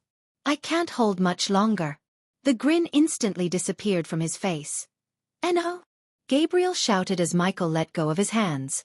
In a blink of an eye, the red hole sucked in Gabriel, killing the previous #1 alchemist of Elon and Azer continent. Sponsored content. Visit Readel. Me for extra chapters. Ugh. Finally, Alicia had enough. The next moment, she pulled the spear from the ground. As soon as she did that, the red hole sucked her in, but in the mid-air, she threw the spear at the vampire who cast the spell. The spear cut through the air with enough force to nail the vampire into the wall behind him. Luckily, before she could disappear into the red hole, heaven's flame surrounding the spear rendered the vampire into a pile of ashes. "Teacher, no!" Leylon screamed. All the veins in his face bulged as his eyes turned blood red. Holy blast, holy blast, holy blast, holy blast, holy blast. He was enraged by the loss of his teacher. Thus, he went berserk by shooting plasma blasts at the vampires one after another. He didn't care if he was hitting them or not, but he just kept casting the spell. In his anger, Leylon lost the fear of vampires. The man who picked up from the streets and raised him as his own just got killed in front of his eyes. Hence, Leylon was enraged beyond words. Since the tornado and the red hole disappeared, Michael cast lightning dash to disappear again. Pulch! Pulch! Pulch! The vampires only felt a gust of wind before they saw their friends losing their heads. Michael used celestial energy to increase his speed. Therefore, the vampires had no chance of seeing him or reacting to his speed. Eve saw several heads rolling on the ground as the headless bodies sprayed blood all over the marble floor before collapsing to the ground. Ding! Congratulations to the host for killing a vampire. The reward is 100,000 experience points and 3,000 badass points. Ding! Congratulations to the host for killing a vampire. The reward is 100,000 experience points and 3,000 badass points. Ding! Congratulations to the host for killing a vampire. The reward is 100,000 experience points and 3,000 badass points. Ding! Congratulations to the host for killing a vampire. The reward is 100,000 experience points and 3,000 badass points. Congratulations to the host for leveling up. The current level is Soul Refining Stage Level 4. The notification sound of the system kept ringing in his head continuously. Finally, after cleaving 9 heads, Michael reached the next level of the Soul Refining stage. The remaining 5 vampires looked paler than usual in fear. No longer they treated Michael like he was not a significant threat. They never expected Michael to kill 9 vampires in a few seconds. If the vampires crossed the void line, they would be at the core formation stage. Besides, they were also freshly turned by the elder vampire, so they had no battle experience like the others. Because of these reasons, Michael killed them so effortlessly. Even Michael was surprised at how easy it was for him to kill them. At this point, Michael was confident the elder vampire was treating the alchemy competition as a training ground for the newly turned vampires. The question was whether the elder vampire really here to take revenge for exposing their existence or for something else. Arg! Meanwhile, Eve crushed a vampire's head with her hammer, and Alicia killed 2 more vampires with lightning-quick speed. The remaining vampires stood no chance as Michael made quick work on them. The headless vampires staggered as blood sprayed out into the air from their necks. While the blood was raining down, Alicia saw Ghost walking calmly towards Eve. The latter was breathing heavily after a long battle. However, the battle was far from over. Boom! Suddenly the wall near the door they walked through exploded into bits and pieces, creating a cloud of smoke. A figure came flying through the smoke and landed near Alicia. Noah! Chapter 509. Taking a risk to get stronger. Michael saw Noah coughing mouthfuls of blood while struggling to get to his feet. His pure white robes were smudged with mud and blood. Noah! Alicia screamed as she went to her knees. She immediately flicked her wrist to take out a blue healing potion. Following Alicia, Aishan came running to Noah and tried to help him up. But unfortunately, Noah really seemed to be in bad shape. There were numerous claw marks, cuts, and bruises on his body. Since Noah was just in the core strengthening stage, the cultivation gap between the vampires and Noah was not as big as that between Michael and the vampires. But because Noah battled more than 20 vampires with no help, the vampires did a number on him. After Alicia chugged the healing potion down Noah's throat, the bruises on Noah's face slowly disappeared as the rosiness returned to his face. "We have to go." Noah slurred due to internal injuries. They could barely distinguish the words that escaped his mouth. Boom. Suddenly the door Michael blocked exploded into bits and pieces. Through the environmental map, Michael sensed the vampires rushing into the hall. "Olivia, Eve," Michael raised his voice, drawing their attention to him. "Run now." But Olivia tried to interject, but Michael's face twitched, wordlessly telling her to shut up. If push came to shove, Michael could always teleport away. However, teleporting Eve and Olivia would raise unwanted attention of Noah and Alicia. Besides, although fighting the vampires was risky, killing them offered him precious experience points. By utilizing the situation, Michael planned to have another breakthrough. Getting stronger was the only way he could fight his future enemies. But to become strong, he knew he had to take risks. "Jenny, quick!" Jennifer did not waste time arguing with Michael. Ghost might be a good friend to her, but her little sister's safety was the most important thing to her. Hence, Eve grabbed Jennifer and Olivia's hand to rush toward the door on the other side before the vampires could pour in through the blasted door. "You three should go too." Noah finally picked himself to his feet. Leylon gave a stare to Michael before running behind Eve, leaving Aishan and Alicia behind. "Where is Norvin?" "I sent him away to call for backup," Alicia said as Michael walked towards the door. Even went through. Noah noticed a wooden bucket appear in Ghost's hands. "There is no time. Leave. I will hold them off as long as I can." Noah's words reached Michael's ears and surprised him. Michael wondered what the hell was going on in Noah's head. He was planning to stay back to fight the vampires because he needed experience points and had an escape plan. However, Noah needed no experience points or seemed to have no escape plan. "No. Come with us." Alicia's eyes watered up as she frantically shook her head. "Do not make me pull ranks on you, Alicia. Grandmaster, please take her with you." Meanwhile, Michael splashed the liquid in the bucket onto the door. Immediately, the air became thick with the smell of oil. The smell indicated what Ghost was planning to do. Noah pushed both Grandmaster Aishan and Alicia towards the door. "Why are you staying behind?" Noah asked Ghost. To Noah, Ghost staying behind was a surprise. Alicia forgot to throw a death glare at Michael in her concern about leaving behind Noah. "Where are you, Piggy?" The bone-chilling voice of the elder vampire sounded in their ears. "I can't let you have all the fun," Michael responded to Noah with a smile. Then the moment Alicia and Aishan stepped outside, Michael closed the door. With a snap of his finger, Michael sent a tiny bolt of lightning to the door, causing the door to get on fire immediately. As the door was burning behind them, Michael and Noah walked side by side for the first time as their long coats fluttered in the wind. On the other side, the elder vampire shrouded in red mist hovered through the hole where the door was, followed by several dark-robed vampires. "We cannot fight him in a closed space like this," Michael whispered to Noah. Looking at the elder vampire and the others behind him, Michael's instincts told him they were not as weak as the vampires he killed. The last thing Michael wanted was another red hole in a closed space. So instead, the ideal place to battle them would be in the open. "Just the two I want," the elder vampire snarled.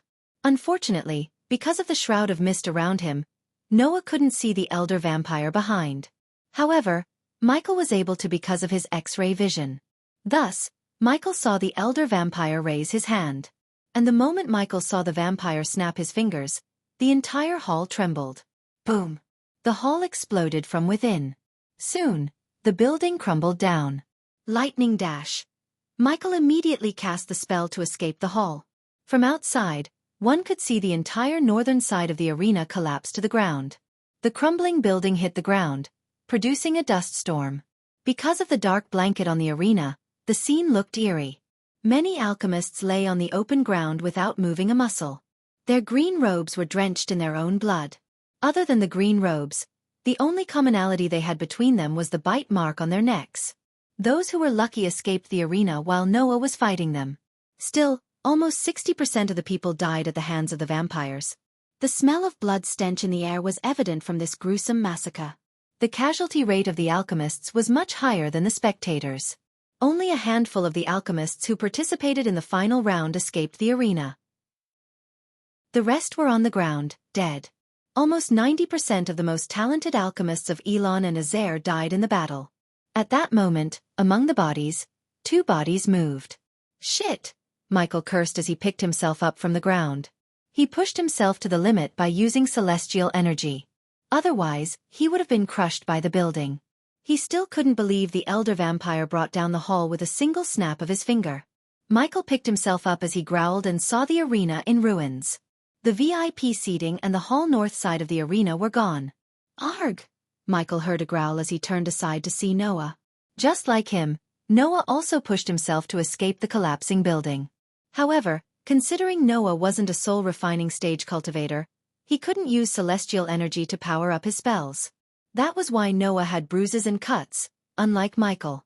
Noah flicked his wrist, retrieving a healing potion. Noah drank the potion in one gulp and prepared himself for the battle. Then, Noah looked around to see hundreds of dead bodies. All those lives lost. His heart ached at the sight. These are blood-sucking vampires. So we have to kill them, you know that, right? Michael asked, looking at the elder vampire hovering towards them with the vampires following him behind. I only want one alive, Noah said. Sponsored content. Visit Readel. Me for extra chapters. No problem for me, obviously. Noah wanted one vampire alive so he could interrogate him for more information. If Michael was right, Noah would also try to find a cure for vampirism. With the help of the system, it was not a big deal for Michael. He had already started to find the cure and required a blood sample from a more powerful vampire other than Victor. His blood might do the trick, Michael said to himself, staring at the elder vampire. At the moment, only Michael, Noah, and the vampires remained in the arena. All the others were either dead or escaped the arena with their life intact. You possess heaven's flame, the elder vampire said, landing on the ground.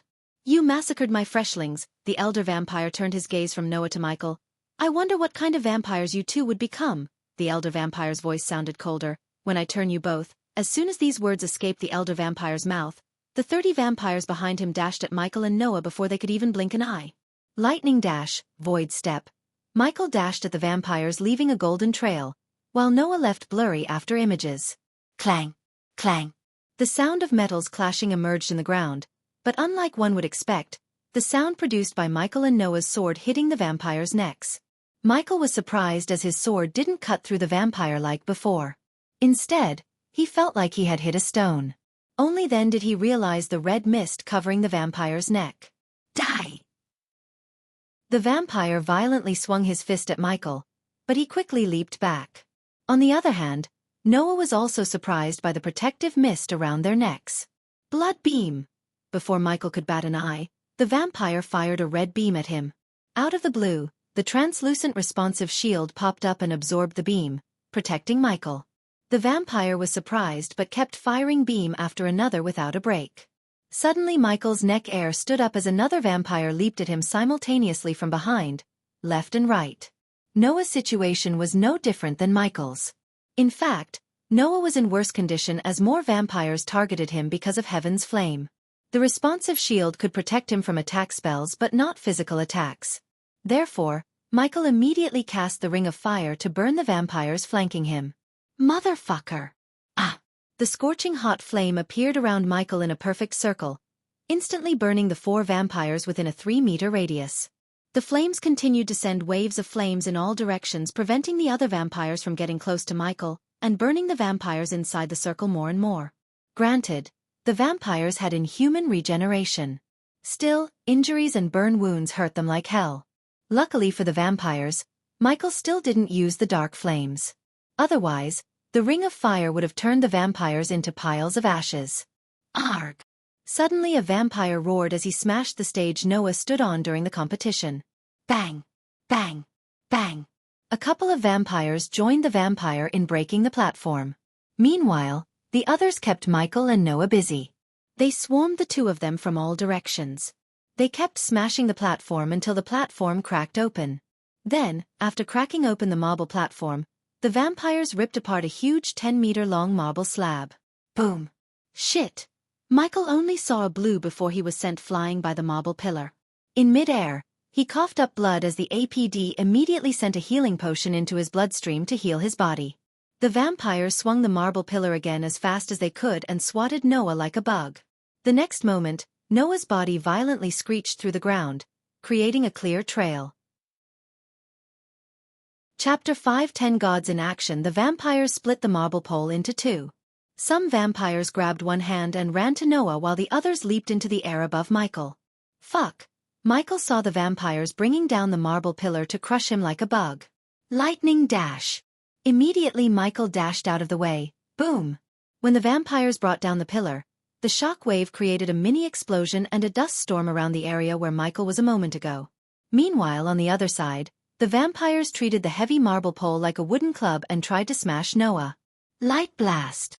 Noah raised his hand, seeing the pillar coming down on him. Boom! The blast of light beam shot out of Noah's hands, obliterated the pillar into bits and pieces. Still, the beam of light wasn't powerful enough to stop the vampires from smashing him with the marble chunks. Cough! Noah coughed up blood when a huge chunk of marble landed on his chest. Michael was surprised to see Noah getting beaten up by the vampires. However, when he pondered for a moment, everything made sense to him. The vampires drew power from darkness, just like him. Only, he didn't cast Death Range to strengthen his powers since he didn't want anyone to suspect him of being the Dark Lord. Noah, on the other hand, drew power from light. Although Michael had no concrete evidence that Noah was the god of light, he suspected it. The acne before him confirmed his doubt. If Noah was to draw power from light, it made sense why he was so weak at the moment. Because there was no light coming through the dark blanket in the arena, the entire atmosphere had an eerie red and black color to it, resembling hell. Since there was a lack of light, the darkness suppressed Noah's powers. In addition, he also used most of his energy fighting the vampires and saving the spectators. While the marble block pinned Noah down on his chest, 3 vampires leaped at him, showing their fangs. Their eyes were blood red, longing to drink Noah's blood. Michael may not know Noah was his brother, but when he saw Noah was in danger, the bond of brothers buried deep within him woke up as Michael dashed at Noah. But, of course, Michael rationalized the feeling of saving Noah by thinking that he needs Noah's heaven's flame to kill the vampires without revealing his secrets. Before Noah could cast another spell, the marble chunk on his chest shattered into pieces, and a strong wave of wind blasted away the vampires leaping at him. Noah looked up and saw Ghost extending his hand. For some reason, Noah felt safe around him. Thus, Noah grabbed his hand and stood up. As soon as he grabbed his hand, Noah felt a sting in his palm. Then, a refreshing feeling surged from his core. Noah immediately felt better, and when he saw Ghost, he winked at him. "Time out!" Michael shouted at the vampires as they halted their steps. "Just give us a damn moment, okay? You guys are bullying us." The vampires were confused, and so was the elder vampire. "Now I'm regretting not running away." Michael's facial muscles twitched, showing his exhaustion to the vampires. "What is he doing?" Noah wondered. Since he had to heal his body and replenish the arch-energy within his body, Noah remained still. "Don't bother stalling, Ghost," the elder vampire snickered. "No one is getting in or out without my permission." Michael took a step aside, but the vampires immediately snarled at him. So Michael quickly dropped his swords. "I'm not gonna fight anymore." Just as though the vampires received an order from the elder vampire, they stepped back. "Is it too late to ask for permission to leave?" "I mean, you clearly allowed others to leave." Michael slowly walked away from Noah, keeping his hands in the air. "I needed some cockroaches to tell exactly what happened here," the elder vampire calmly said. He was awfully calm and didn't seem worried about the Guardians or the Holy Church breaking into the arena with their full force. "But you too." Michael saw the elder vampire lick his lips. "Will be my finest creations. I will rub this on their faces." I get it." Michael pointed at Noah. "He has a primordial flame." "Why me? Other than making potions and pills, I have no use for you." "The man you tried to kill was a better alchemist than me." Michael emphasized the words primordial flame and continued, "And I can run around faster." Again Michael emphasized the words run and faster. Noah felt like Ghost was talking to him. He pieced together the words he was emphasizing and connected the dots. The vampires had total control over the arena. Hence, they couldn't care less about Michael. As far as they were concerned, he was mumbling in fear. They didn't see him slaughtering their friends after all. So they were oblivious to what he was capable of. "Can we make some sort of deal and work together?" Michael emphasized the words work together. I can help you transfer primordial flames to you. The elder vampire frowned as Michael looked at his sword near Noah's foot. If Michael was right, the healing potion would have healed Noah by now. In the corner of his mind, Michael wished he had injected his Nanite's potion into Noah's bloodstream. However, he couldn't risk it. No matter what Noah must not find, Ghost was the Dark Lord. Michael wouldn't do anything that would jeopardize his identity. After all, Noah wasn't alone. He had Andreas with him. Primordial flame chooses the host, not the other way around. Today you will be turned. Then you will obey every single command I have for you. Damn it, I love my freedom so much. Not to boast, but I rejected the Guardians because I don't want to work for them, Michael sighed. Soon they will all work for the great nation of Evernight. Everlight was the rise of the legendary Emperor's MC's nation. And you too will be our slaves, the elder vampire coldly snickered. Do you know something? Michael lowered his hand while his expression changed from being afraid and exhausted to cold and murderous. If one thing I hate the most, it's slavery. Now! Michael shouted as he dashed at Noah as fast as he could. Sponsored content visit Readel. Me for extra chapters. Before the vampires could react, Noah stomped the ground to raise Ghost's swords in the air. Noah waved his hand when the swords were at his eye level, sending a stream of heaven's flame onto the swords. Immediately, the bright blue flame coiled around the two black blades. At the same time, two vampires dashed at Noah, flanking him from both sides. They were fast, but Michael was quicker because he didn't hold back. Instead, he used all the celestial energy in his body, pushing his speed to maximum. Just when the vampires were just a meter away from Noah, Michael grabbed the two swords in the air. Whoosh! Whoosh! The elder vampire saw two heads flying towards him. He was shocked by Ghost's speed. Ding! Congratulations to the host for killing a vampire. The reward is 100,000 experience points and 5,000 badass points. Ding! Congratulations to the host for killing a vampire. The reward is 100,000 experience points and 5,000 badass points. The headless body staggered around, spraying blood before collapsing to the ground with a sickening thud. Compared to Dark Flame's, Heaven's Flame was much weaker and way less potent. Hence, it didn't melt Michael's swords as Michael expected. Since his sword was on Heaven's fire, they cleaved the heads through the mist like a hot knife through butter. At that moment, the vampires raised their hands. Blood beam! Several beams of crimson-red light shot out from their hands towards Michael and Noah. Seeing the beams, Michael remained closer to Noah as the responsive shield absorbed all the beams, rendering them pretty much useless. Pulch!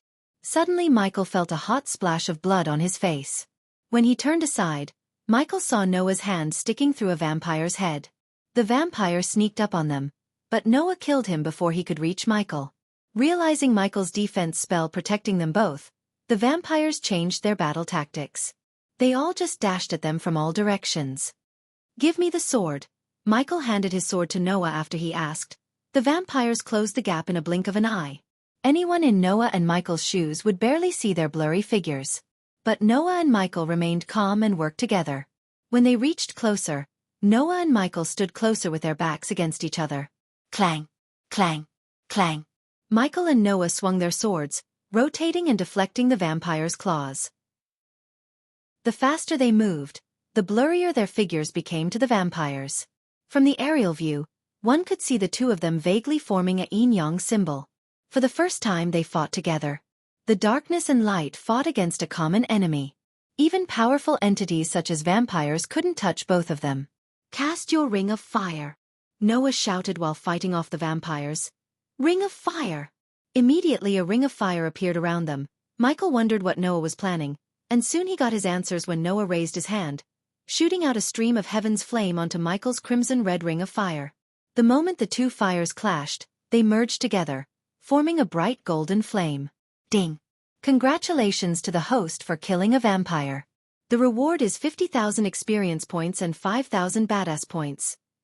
Ding! Congratulations to the host for killing a vampire. The reward is 50,000 experience points and 5,000 badass points. Ding! Congratulations to the host for killing a vampire. The reward is 50,000 experience points and 5,000 badass points. Ding! Congratulations to the host for killing a vampire. The reward is 50,000 experience points and 5,000 badass points. The vampires burned to ashes in a flash when the golden fire touched them. Surprisingly, Michael only received half of the experience points he would normally receive. It seemed like the system deducted points by half because half of the kill was Noah's. Light beam. Noah fired a beam of light strengthened by heaven's flame straight through a vampire's head while Michael sent a powerful gust of wind blasting the vampire, dashing towards him into the fire. The power radiation the elder vampire sensed as they were fighting startled him. He had never felt such power in his life. But, of course he was 600 years old. He experienced many anomalies, but the radiation from them was something else. What are they? Chapter 5:11 Battle intensifies. The elder vampire was in a dazed status, sensing the energy radiated from them. A moment ago, when they fought alone, he didn't feel the energy. Still, the moment they joined forces, the energy radiation overwhelmed him. While he was in a daze, Michael lifted Noah into the air by his hand, and Noah used Michael as a pole to kick the vampires around them. Blood hole. Blood tornado. Overwhelmed by Michael and Noah, the vampires cast the blood hole and the blood tornado spell at the same time as several tornadoes and red holes appeared in the ground. Having experienced the spells, Michael put his hand around Noah's neck. Hold tight. Noah nodded as he also put his hand around Michael's neck. Lightning dash. Void step. Both of them cast their speed spell at the same time to boost their speed. The two spells merged into one, forming a trail of golden light that flickered in the air, creating an otherworldly whistling sound. The golden light crisscrossed around the arena, avoiding the tornadoes. But, even for the elder vampire, it was difficult to follow the trail. So it made sense when the vampires couldn't even defend themselves before losing their heads. The red hole sucked the alchemists' bodies to the ground while the tornado destroyed the bodies. When Noah was alone, he was weakened by the darkness. Noah's weakness was nulled by teaming up with Michael, the god of darkness who drew strength from the darkness. Because of their speed, the red holes could suck them in. Compared to the suction force, their speed was much greater. As a result, the elder vampire witnessed his underlings losing heads one by one. They said he would be weakened, the elder vampire snarled. Congratulations to the host for leveling up. The current level is the soul refining stage level 5. When the system sounded in his head, Michael stopped running, and all the red holes and the tornadoes vanished into thin air. At that moment, only one vampire remained between them and the elder vampire. He is all yours. Michael let Noah capture the vampire alive. He walked by Noah's side towards the vampire. They both knew the battle was far from over as the elder vampire didn't even raise a finger yet. For now, Noah planned to incapacitate the vampire before fighting the elder vampire. After witnessing all of his friends get slaughtered by the duo, the vampire shivered. Then fearfully, it walked backward until it tripped on a stone and fell down. Save me, the vampire begged the elder vampire. Michael never wanted Noah to capture the vampire alive. Any information Noah gathered from the vampire would give him an edge Michael did not want Noah to have. Hence, he didn't help Noah capture the vampire. However, he could have simply injected the vampire with a paralyzing poison he hit Victor with. Come here, the elder vampire softly spoke to the vampire. The vampire quickly picked himself up from the ground and dashed to the elder vampire's feet. No! Noah dashed at the elder vampire, but it was too late. First, the elder vampire engulfed the vampire in his red mist. Then, with the X-ray eyes, Michael saw the elder vampire's tongue drilling into the vampire's mouth as the vampire squirmed like a fish out of the water. In a couple of seconds, a mummified body hit the ground. Then finally, the red shroud around the elder vampire slowly cleared up to reveal his complete physical form. The elder vampire had a bloated carcass with several yellowish tumors leaking a green goo. His body was at least 4 feet wide and 6 feet tall. The inflated belly looked like the elder vampire swallowed a whole gym ball. Now Michael fully understood why the elder vampire chose to surround himself with a misty shroud. Just the disgusting belly button alone would make anyone puke to death. On top of everything, the elder vampire was naked. The last thing Michael needed was a sight of what was between his legs. Luckily for them, the vampire's inflated belly was big enough to cover his crotch. Not that vampires had reproductive organs. Still, Michael did not wish to see that. Several strands of mucky blonde hair on the vampire's bald egg-like head creepily waved left and right to the wind's rhythm. His dirty eyes with vertically slit red pupils stared at both menacingly. Looking at his unappealing body, Noah couldn't help frowning. He had never seen such a hideous creature in his life, and he had traveled to many realms and fought countless ugly creatures. When you want something done, you have to do it by yourself, the vampire snarled. Light blast! Noah raised his hand without warning, sending a light beam blast at the elder vampire. Noah was fast, but the elder vampire was faster. Hence, the vampire raised his hand as a translucent energy shield materialized before him and blocked the light beam. Heaven's flame. It's a pity I can't take it from you. The shield blocked the light beam strengthened with heaven's flame. Chantless spell casting, Michael mumbled.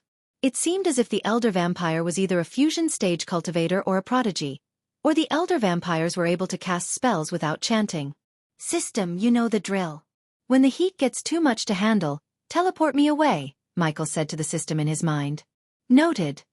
This was Michael's plan B.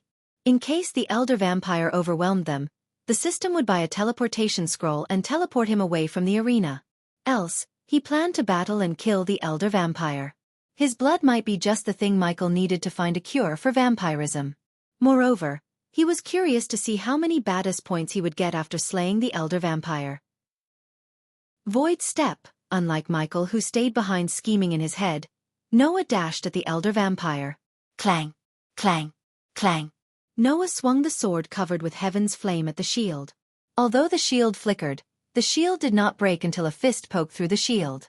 Boom! Noah blocked the fist with his sword. However, the force behind the punch overwhelmed Noah as he was sent flinging in the air. The lack of light really suppressed Noah's power, and without Michael by his side to fight, Noah stood no chance against the elder vampire's punch. This didn't mean Michael could battle the vampire without breaking a sweat. In a blink of an eye, the elder vampire dashed at Michael after hitting Noah. Despite the elder vampire's bloated body, his speed matched Michael's speed when using the lightning dash. The elder vampire brought down his fist on Michael, who had his instincts kick in to block the punch. Michael put his arms before his face to block the punch, and when the fist collided with Michael's arm, a loud booming sound reverberated in the area. As the outcome of their collision, Michael's feet were pushed several inches into the ground. After that, the elder vampire repeatedly beat Michael like a drum. Sponsored content. Visit Readle. Me for extra chapters. Boom, boom, boom. The elder vampire kept bashing him with his fists. Michael didn't even have a single second to breathe. To Michael, it felt like he was being slammed by an elephant. His forearm went numb by blocking the vampire's punches. If it wasn't for the APD constantly injecting him with healing potions, he would have been either dead or broken to pieces. At that moment, APD was the only thing keeping him from becoming a victim of the elder vampire. Enough! All of a sudden, Michael's eyes flared up for a second before he grabbed the vampire's hands. He manipulated the darkness, drawing strength from it to thwart the elder vampire's punches. Arg! Michael shouted as he fought against the raw strength of the vampire. The ground Michael standing on was cracking as his feet kept going deeper and deeper. Ardith crying out loud. Michael punched the elder vampire in the belly using all his strength. Boom! The punch's force pushed back the vampire a few feet backward. One could see the ripples on the vampire's bloated belly and a tinge of surprise in his eyes. Void step. After Michael punched the vampire, Noah leaped at him in a flash. Soon, Noah appeared above the vampire's head and brought Michael's sword down the vampire's neck. Ring of fire. Immediately Michael cast the ring of fire to entrap the vampire within the circle. But in mid-air, Noah held the sword in one hand and pointed the other at the fire, sending a stream of heaven's flame to the crimson-red fire. Noah and Michael's coordination and speed stunned the vampire. Before he could even react, the crimson-red fire turned golden. These golden flames burned many of his underlings to ashes. Even though he was powerful, the elder vampire did not dare to underestimate heaven's flame. The elder vampire was a second late to react, resulting in Noah stabbing him in the shoulder. Bang! The vampire moved quickly to swat Noah away from his shoulder like a bug. Boom! Michael used the opportunity to dash at the vampire before punching him again in the stomach. Bang! With a single backhand slap, the vampire sent Michael flying just like Noah. After streaking through the ground for a few long painful seconds, Michael picked himself up from the ground as the APD sent a dose of healing potion into his bloodstream. Noah, who stood a few meters away from Michael with tattered white robes, chugged a healing potion down and threw the vial aside. He is too strong, Noah exhaled. For a moment, The three stood without raising a finger. "And you lost the sword?" Michael looked at the sword stabbed into the vampire's shoulder. The sword almost looked like a needle due to the bloated size of the vampire. "Annoying bugs." The vampire bore his teeth to reveal the long razor-sharp fangs. The two fangs were long and menacing as Sabertooth's canines. As he took a step forward, a large mace materialized in his hand. The mace almost looked as though it was made of blood rather than metal. With each step he took, the ground trembled. "Don't worry, your bodies will heal." The vampire menacingly grinned at Michael and Noah. If anyone else were in Noah and Michael's shoes, they would have started to shiver. The amount of pressure they both felt could crush any body-strengthening stage cultivator into a bloody pulp. Despite the pressure, they remained calm. There was no use in panicking. Boom! The elder vampire pounded a body on its way to a pulpy mess without showing any shred of sympathy for his kind. The blood vaporized into the air and entered his body. After the blood entered his body, he licked his lips. Chapter 5:12 Battle concludes. The elder vampire caught them off guard by suddenly dashing at Michael. Immediately Michael raised his sword to block the mace. Boom! The moment the sword and the mace collided, Michael's sword broke into pieces and threw him backward a couple of meters. "Now you pissed me off." Seeing the broken sword in his hand, Michael growled. He loved those two black swords, and the elder vampire broke one like a twig with a single swing. Now Michael had to forge or buy a pair of swords from the system for a ridiculously high price. The price was why Michael hadn't purchased a sword from the system. There were better choices in the auction houses than the swords in the system. Unfortunately, the system locked the ores behind an upgrade wall. So without upgrading the system to a certain level, Michael wouldn't be able to buy them. Instead of wasting his badass points on a pair of swords that could be outclassed by swords forged in this world, Michael used the black sword given to him by the Cane Elders.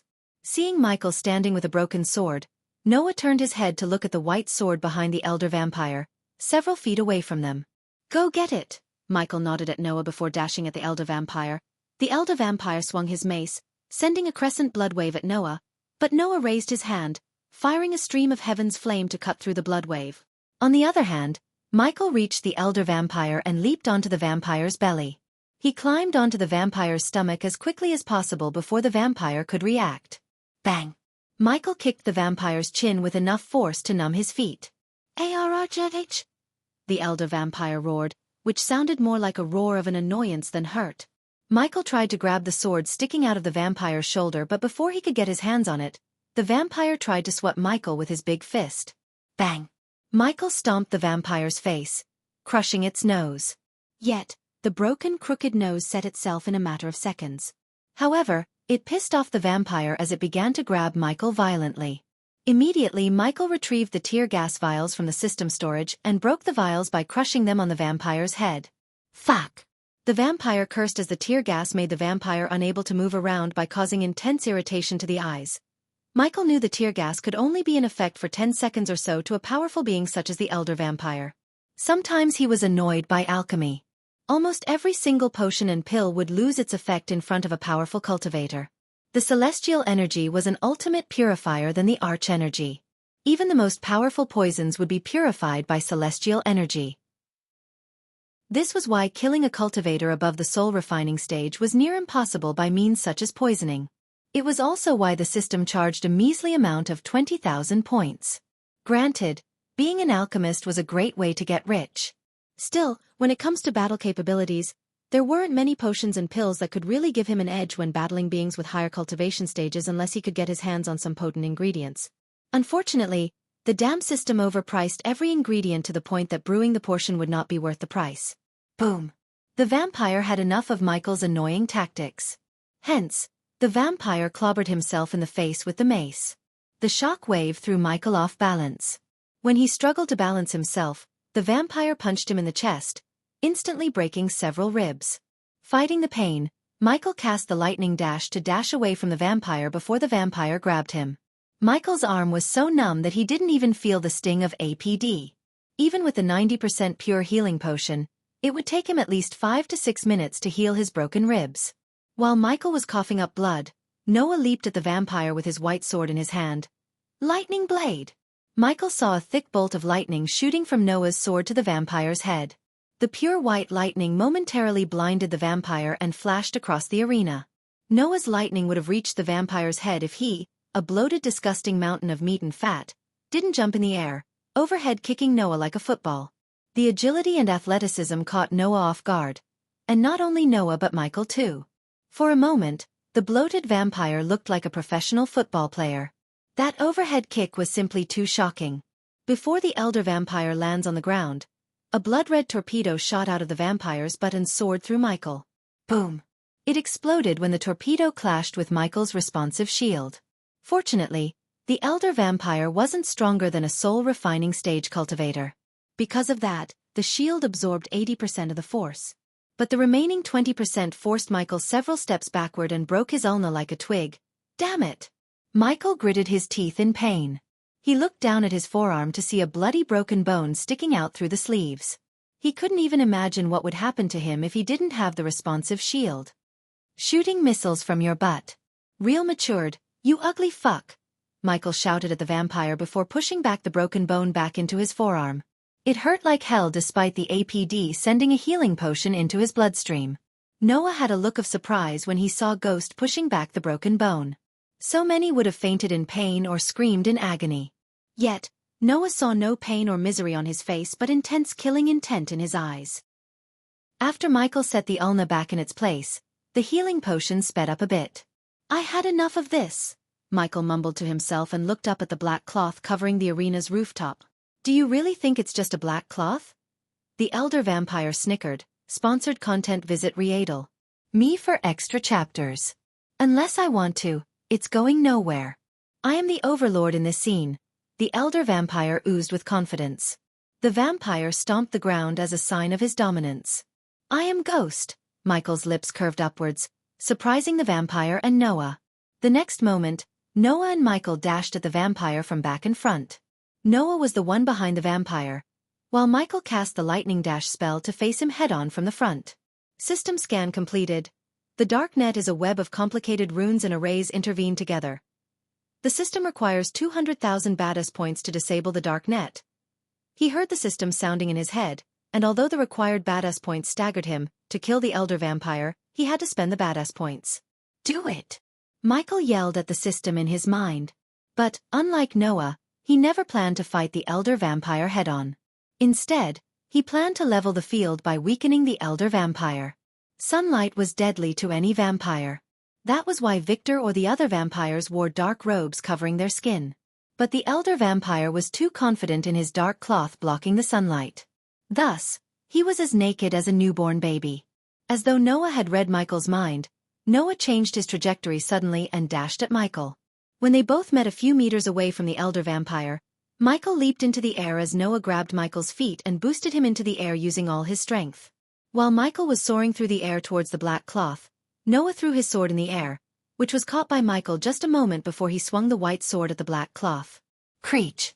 The vampire was startled when he heard a tearing sound. He looked at the growing tear in the black cloth dumbstruck. Little by little, the sunlight crept through the gap, vacating the red ambience the vampires created. It's impossible! The vampire couldn't take his eyes off the tearing black cloth. One of the most powerful weapons the vampires had was destroyed in a matter of seconds. He spent the best years of his life perfecting the black cloth, only to fail.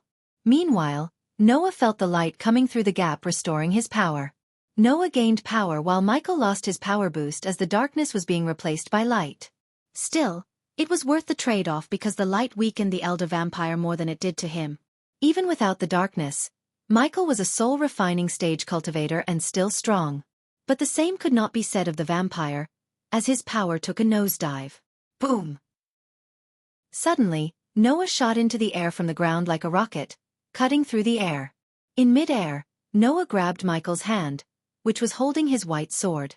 They pointed the sword toward the vampire, diving down. The two of them looked like a meteor soaring through the air, creating a trailblaze. At that moment, Noah and Michael shared the same sword and aim, killing the elder vampire. The elder vampire's battle instincts kicked in as he raised the mace in the air to deflect the sword. Additionally, the translucent red shield bubbled around the vampire, who had no longer wished to stay in the arena because of the sunlight. Boom! However, when the duo and the shield collided, the vampire's blood shield shattered into hundreds of tiny shards. The shock wave burned everything around them in a 10-meter radius. Pulch! Noah and Michael did not stop as they entered through the vampire's chest, forming a vast hole and appearing out in the back, completely drenched in blood. The elder vampire screamed in agony as his skin began to smoke. In a couple of seconds, the sunlight completely burned his skin. Then, coupled with the huge hole in his chest, the vampire staggered aimlessly. Finally, after a long tiresome battle, they slew the elder vampire. However, Michael frowned as he didn't hear any notification from the system or receive any experience points. For some reason, Michael had a bad feeling in his guts, and when he turned his head, he saw the same concern on Noah's face. Chapter 513 Noah and Michael dead? Noah and Michael stared at the fallen vampire without batting an eye. Then, all of a sudden, the vampire began twitching his limbs. Soon, his whole bloated carcass trembled violently as yellowish goo oozed out of the tumors in his body. The strong putrid smell of ammonia and sulfur overwhelmed Michael's senses. It was quite nauseating as Michael had a strong urge to throw up. His face was turning green when the vampire's body began to bloat while his body released a green mist. "He's gonna explode!" Suddenly Noah shouted. In a snap of time, Noah cast the void step, grabbed Michael by his hand, and dashed into the air. Michael had zero clue how Noah found the vampire was about to explode. But just as he said, the vampire's body bloated rapidly, releasing more and more green mist until it exploded. The explosion wasn't a small one. It was as though a mini atomic bomb had gone off. One could see the mushroom cloud from 100 miles away. Every single building within the 1-mile radius from the arena turned into ruin, and the Alchemy Guild, one of the oldest buildings on the Azer continent, crumbled down. Almost for an hour, no one could get closer to the arena, which was now nothing but a crater of ashes.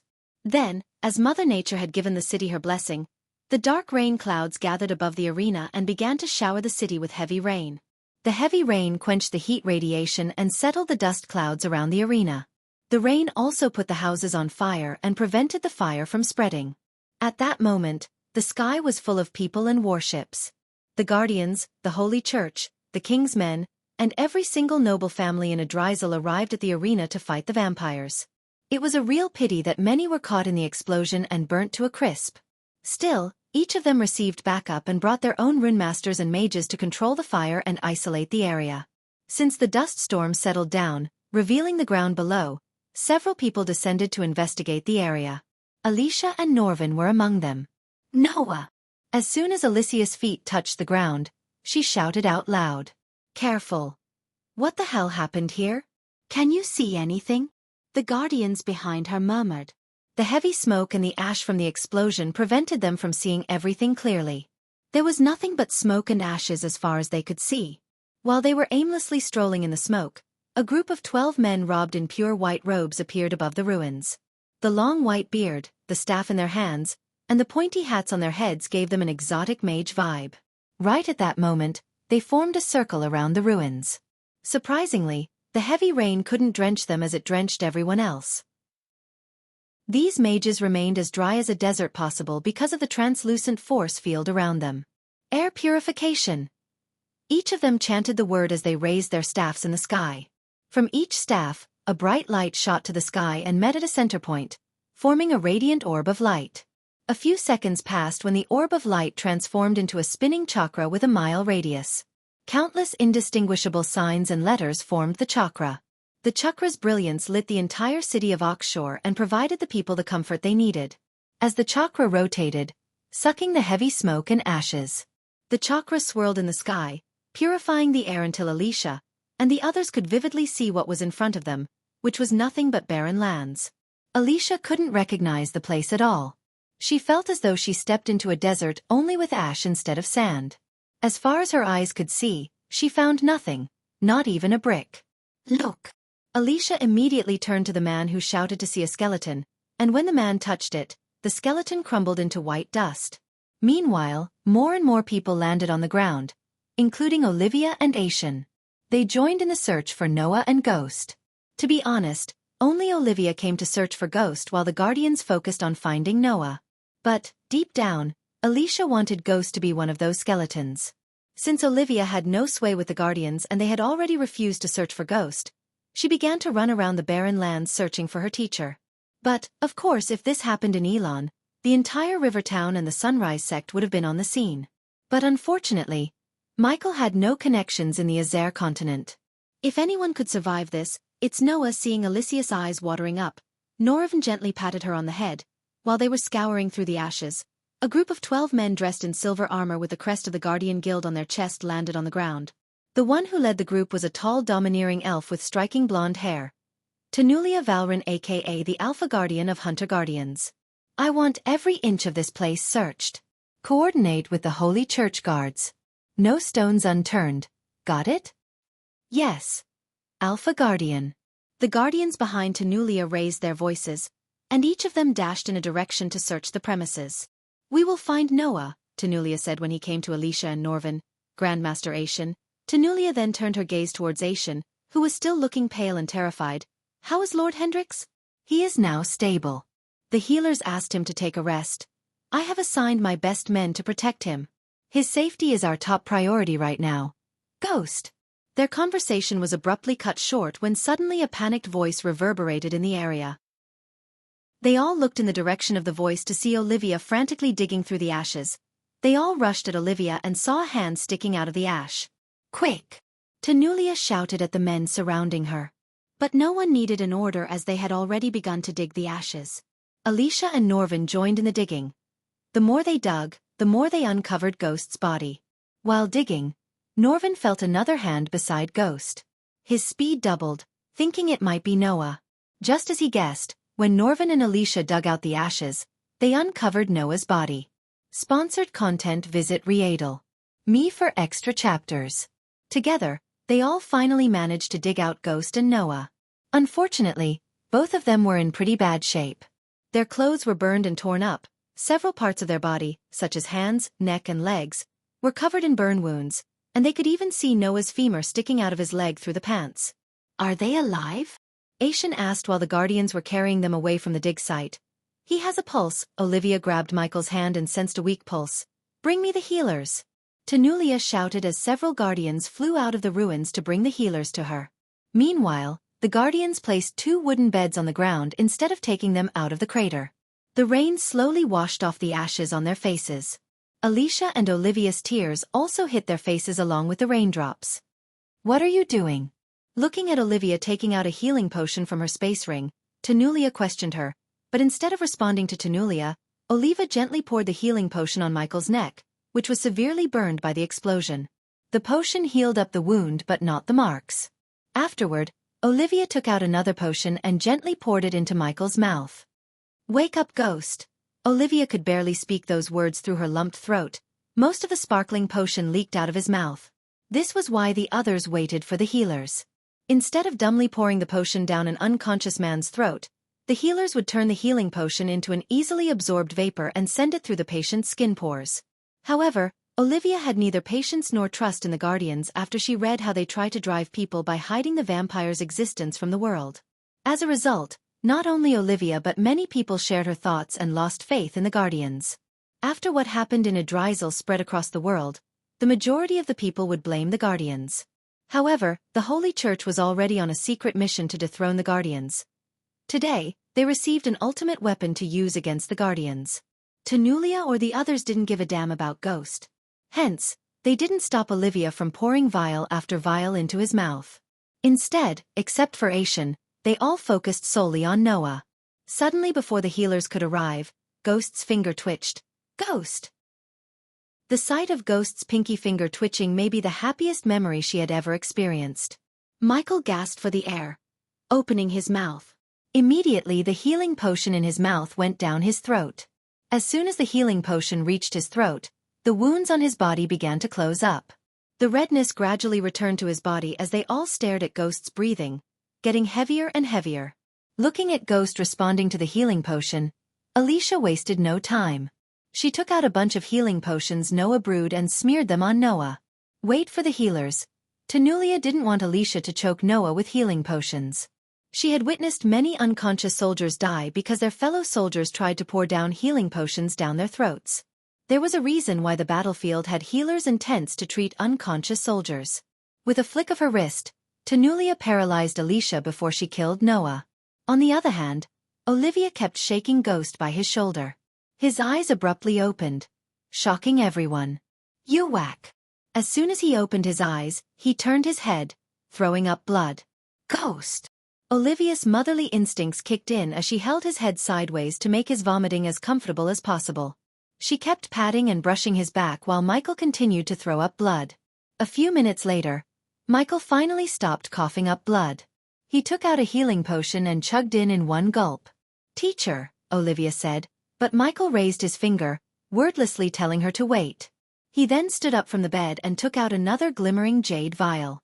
Under their stunned gazes, he emptied the potion into his mouth. The miraculous potion healed his burned skin, visible to the naked eye. "Arg," Michael growled as he rotated his head, producing cracking noise. "I am never judging a competition again." Chapter 514. Noah warns Alicia. Michael spit a bit more blood and took out a leather pouch from his system storage. "Teacher," Olivia tried to say something, but Michael raised his finger as he took a long sip of water. He kept drinking until Tanulia cleared her throat. "What happened here?" Instead of answering Tanulia, Michael looked at Noah, who lay on the bed unconscious. "Give this to him if you want to save him." Michael took out a sparkling healing potion Olivia used on him and threw it at Tanulia. "His pulses are fading. You should act quickly." "Where the fuck are the healers?" Alicia shouted. "He is right," Norvin nodded. "We can't waste a single second soon." The golden Babaru snatched away the healing potion from Tanulia and poured the potion into Noah's mouth before anyone could stop him. As a golden Babaru, not only could he sense life signs but also sense whether something was poisonous or not. Hence, Norvin didn't hesitate to give Noah the healing potion because he sensed no poisonous energy. His finger twitched as soon as Michael's potion touched Noah's mouth. Michael sighed inside. He never thought he would be indebted to Noah. Yet, when the vampire exploded, Noah saved him by casting a protective shield around them. Besides, the system surprisingly urged Michael to save Noah. As for why, the system gave him no answer. So if it weren't for the system, Michael would have left Noah to die. "Noah!" Alicia shouted, tears rolling down her rosy cheeks. "How long was I out?" Michael asked Olivia, ignoring Alicia. Despite the risk he took, Michael received only 300,000 experience potions and 10,000 badass points for killing the elder vampire. Michael wasn't happy with what he received since he almost died. After the elder vampire exploded, Noah cast a protective light shield around them. But unfortunately, the shield could only cover one person, and Noah let the shield save Michael instead of himself. Michael would have chosen himself and not Noah if the roles were turned. 6 hours, Olivia shocked Michael. "Damn it," Michael yelled at himself. He was completely unconscious. This was the closest Michael came to death. When he and Noah went through the elder vampire's body, he took a flesh and blood sample. At least something was worth the risk. Using the samples, Michael was confident of brewing a potion that might cure vampirism. "Tell us what happened," Tanulia coldly exclaimed. "Vampires happened. Didn't those who escaped tell you?" Michael stretched his arms and legs while responding to Tanulia. He looked down on him to see his clothes ripped and torn. The black robes now looked dirty brown. Under their gazes, Michael poured down the water in the pouch onto his head, washing the ashes off of his hair. Then he willed the system to equip a new set of robes. The explosion.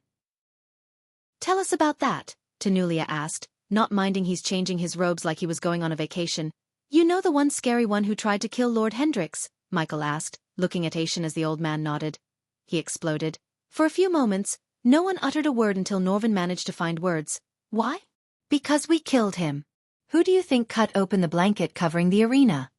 A glint of shock and surprise emerged in Tanulia's eyes. Michael expected her to be shocked. Obviously, the Guardians would have tried to destroy the dark cloth and failed. Michael paid a whopping 200,000 badass points to disable the runes and arrays into the dark net. If the system charged that much, there was no way the Guardians could have cut through the dark net in a short amount of time.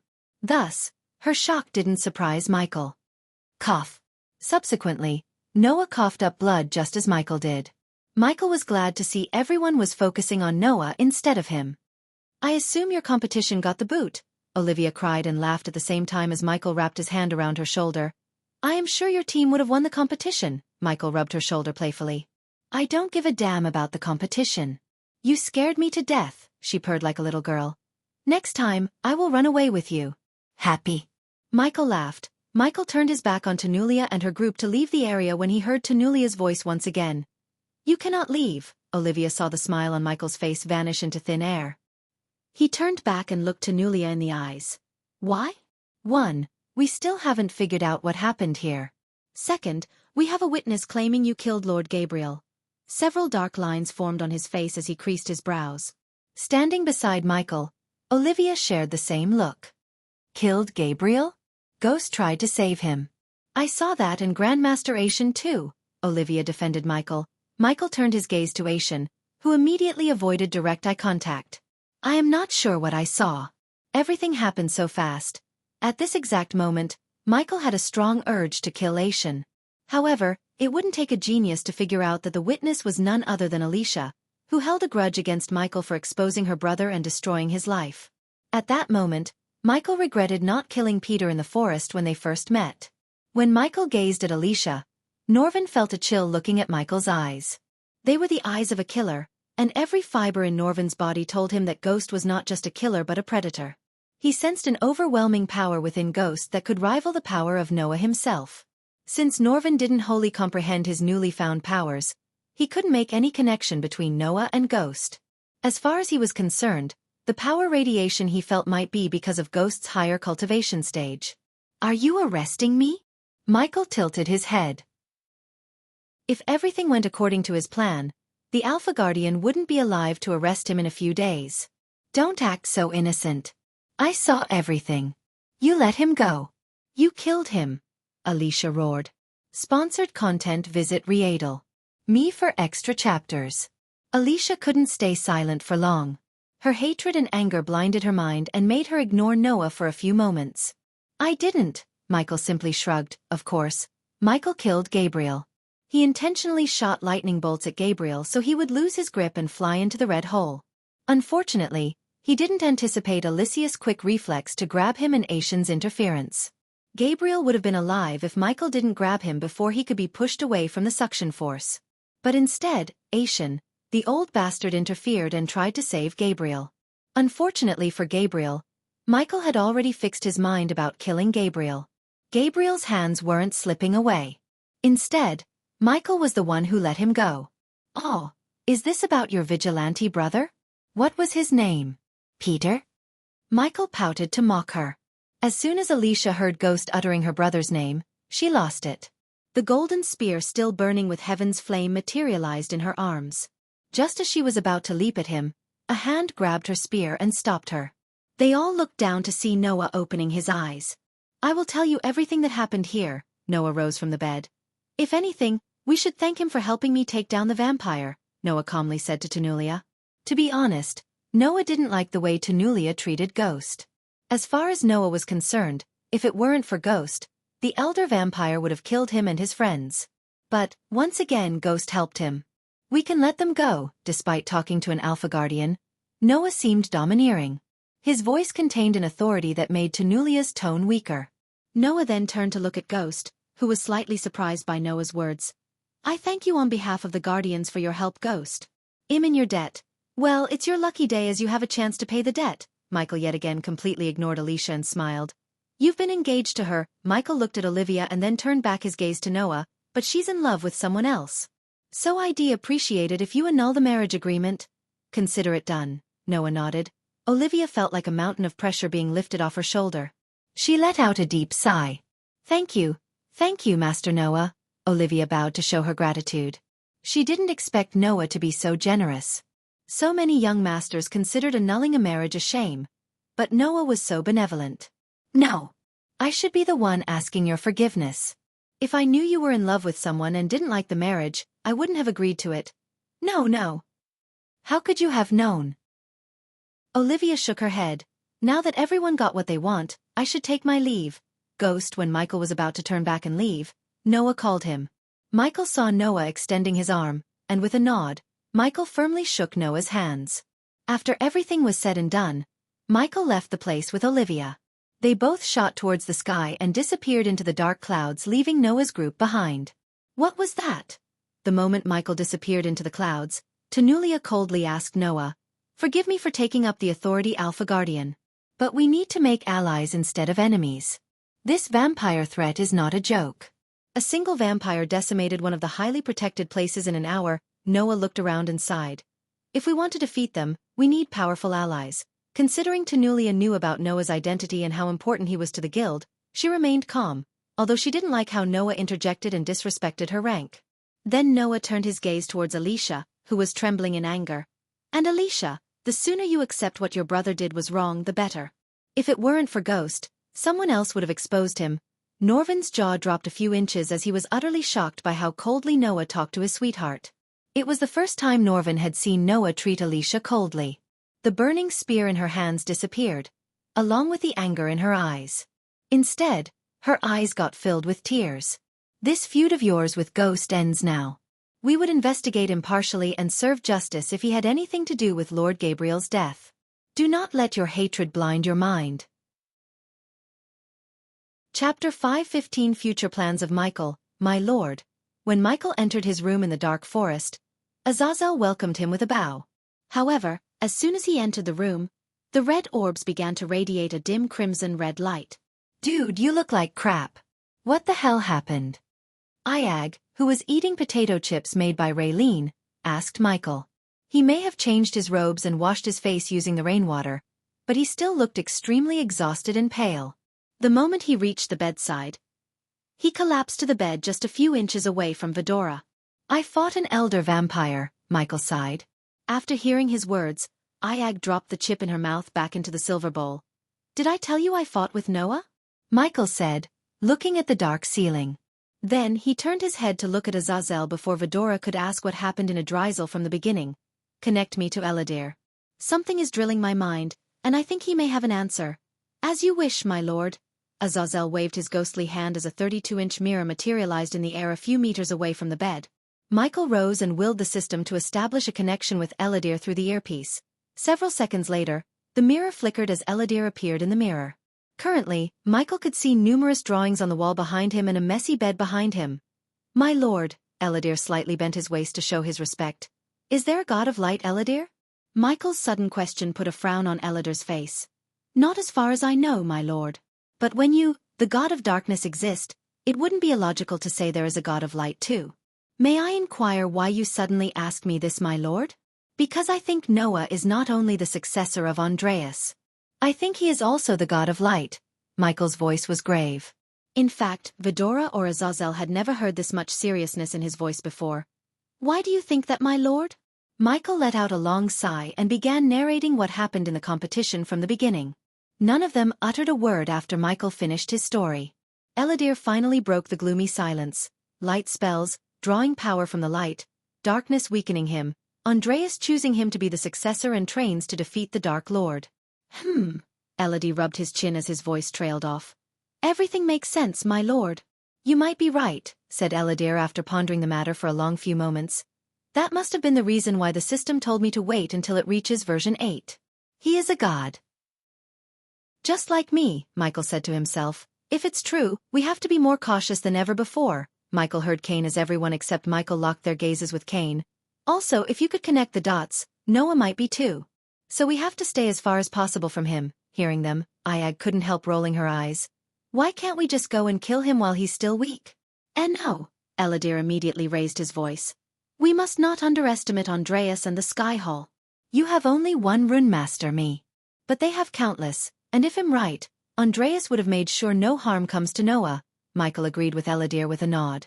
When Michael injected Noah with a healing potion using the APD, he felt a gentle force resisting the potion for a moment. To Michael, it felt as though Noah's body scanned the potion and filtered it before letting the potion into his bloodstream.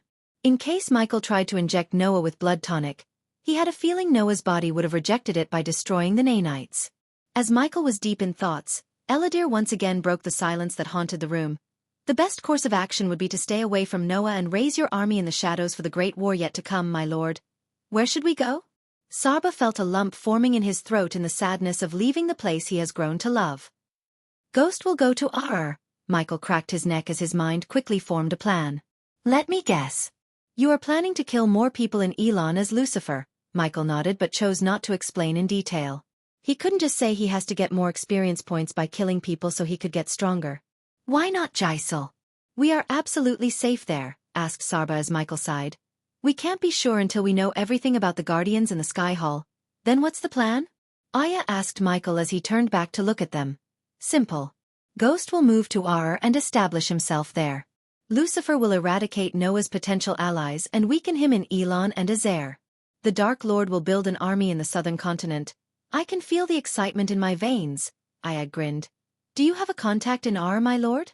Azazel asked Michael and drew Michael's gaze towards him. Eve Voldegard. As soon as Michael uttered the name, a glint of surprise emerged in Elidor's face. Voldegard? Is she a relative of Lane Voldegard? Michael nodded. Yes. She didn't talk about Professor Lane, but I think there is some history between Lane and Voldegards. I will gather more information and try to exploit whatever there is to strengthen ourselves. Michael looked at everyone to see if anyone had something to say. However, they all nodded in agreement with his plan. When are you and Gaia coming here?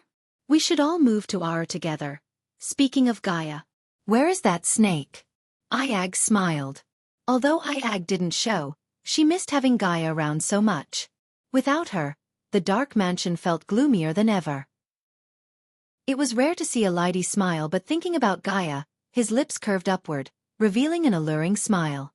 Sponsored content. Visit Riadel. Me for extra chapters. She is having the best time of her life in the combat class. Yesterday she brought hundreds of snakes and set them free in the classroom. There are still many students in the infirmary healing. These snakes were poisonous? Asked Aya with a devilish grin. Very nice. Damn it. I wish we were there to see them screaming and crying. Did they scream and cry? Iag tilted her head as Elidir nodded, brightening her face even more. Tell her not to overdo it. She needs to teach them something to maintain her cover. Elidir rubbed his eyes, fighting the urge to sleep. I already did. By the way, we will be there by next week. Then we can finally finish the mortars. Michael could see the exhaustion and sleepiness in his eyes. Hence, Michael didn't keep him any longer. Take some shut-eye, Elidir. You can't function best if your brain and body are desperate for rest. I will, my lord. After that, the mirror flickered again before turning completely dark. Then with a flick of his wrist, Michael took out Lucifer's suit of armor and put it on an armor stand. The armor looked as menacing as ever with its dark metallic platings and crimson-red linings.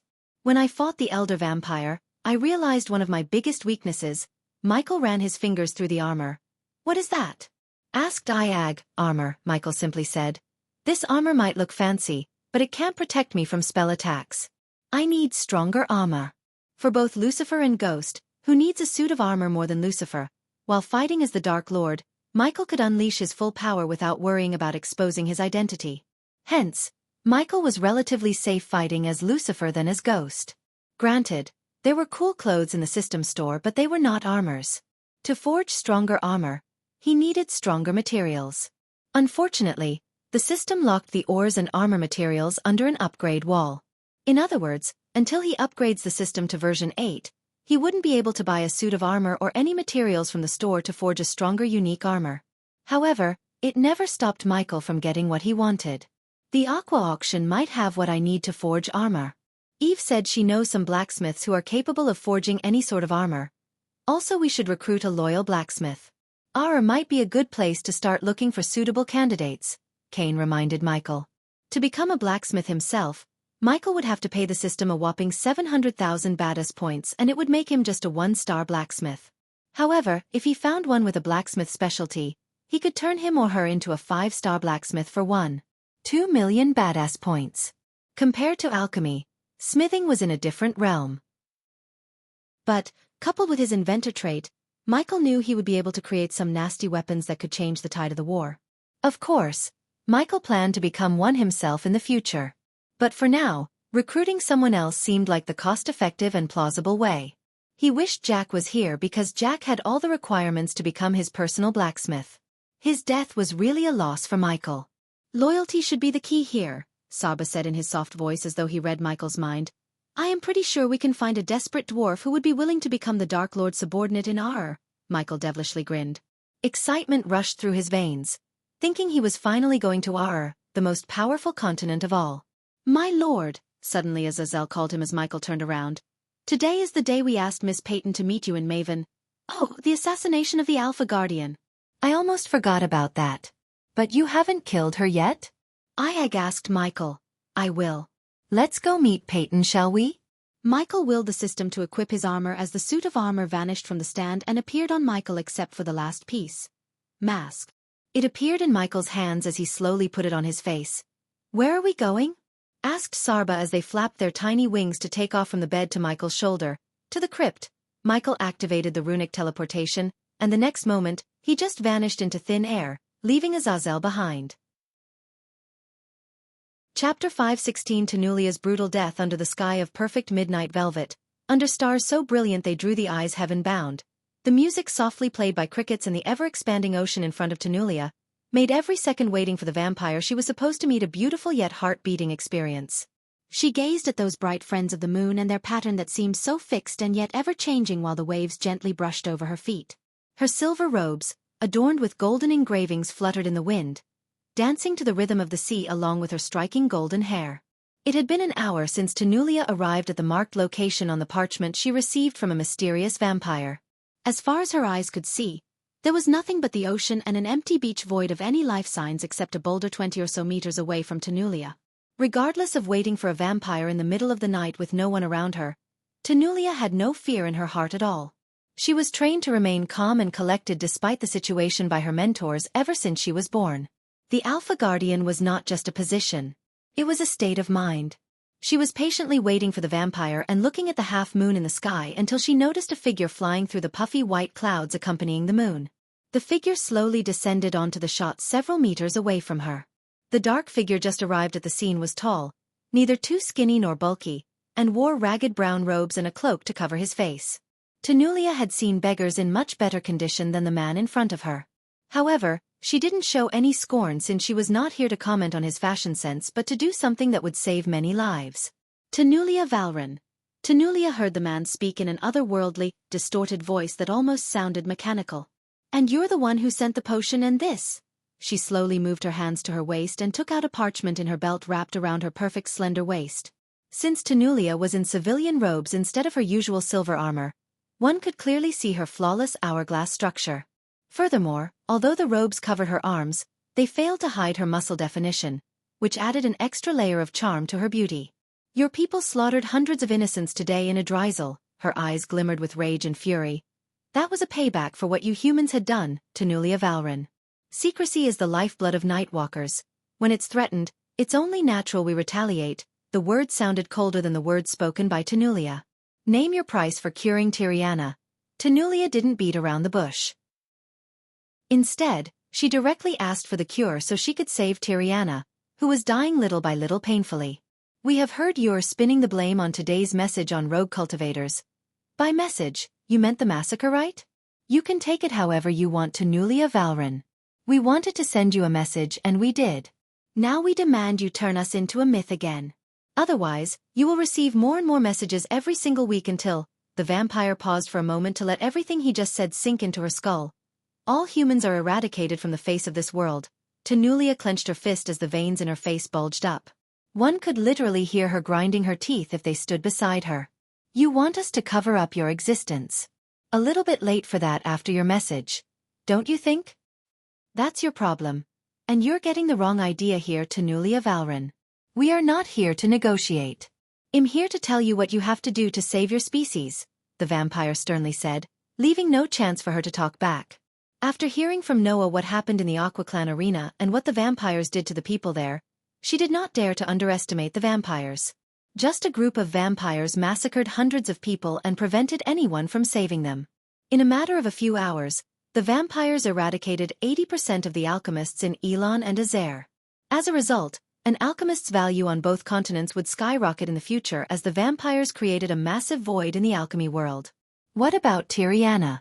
She can't survive until we do the impossible. Your drinking this potion is the price for saving her life. The vampire opened his palms to reveal a brownish potion glimmering from within. Is that poison?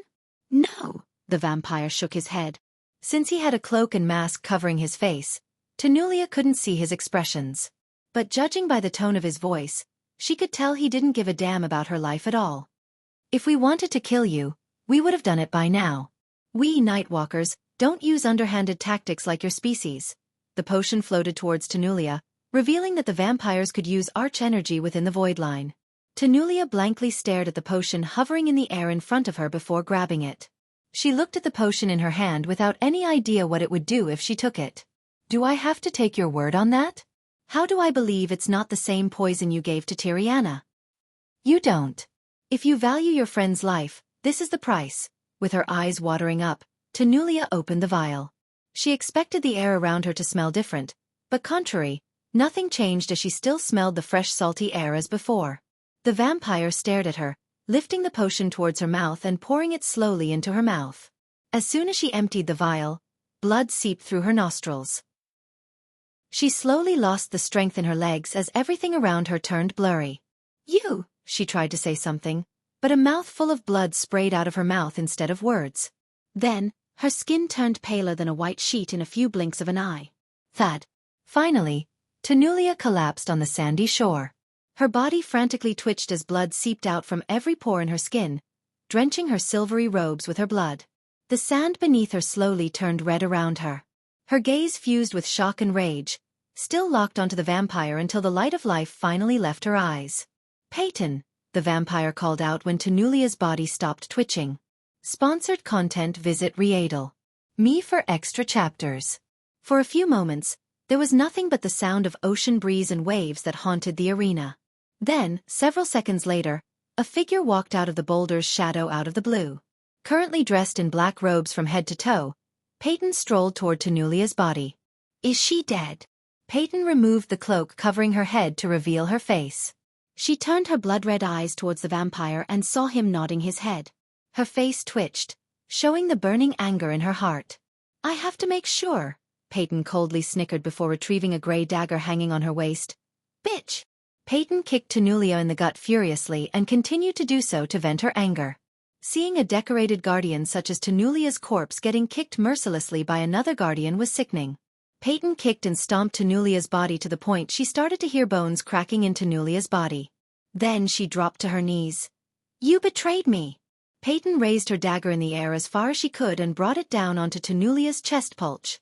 The blood sprayed out from Tanulia's chest as Peyton kept stabbing her repeatedly. Her rosy face was painted red with the blood sprayed onto her face. Still, Peyton continued to skewer Tanulia until she couldn't raise her hand anymore. After she was done stabbing Tanulia's dead body, Peyton turned around to look at the vampire. Under her murderous gaze, he removed his brown robes, revealing the dark metallic armor beneath. Dark Lord, Peyton mumbled, looking at his terrifying stature. I fulfilled my end of the bargain. Tanulia Valrin is no more, he said, stepping towards her. The vampires will be blamed for her death. Peyton sensed his voice changing from mechanical distorted to cold demonic voice. Peyton stared at his crimson-red eyes for a few moments in silence. A year ago, she began her journey to hunt down Lucifer so she could climb up the ladders in the guild.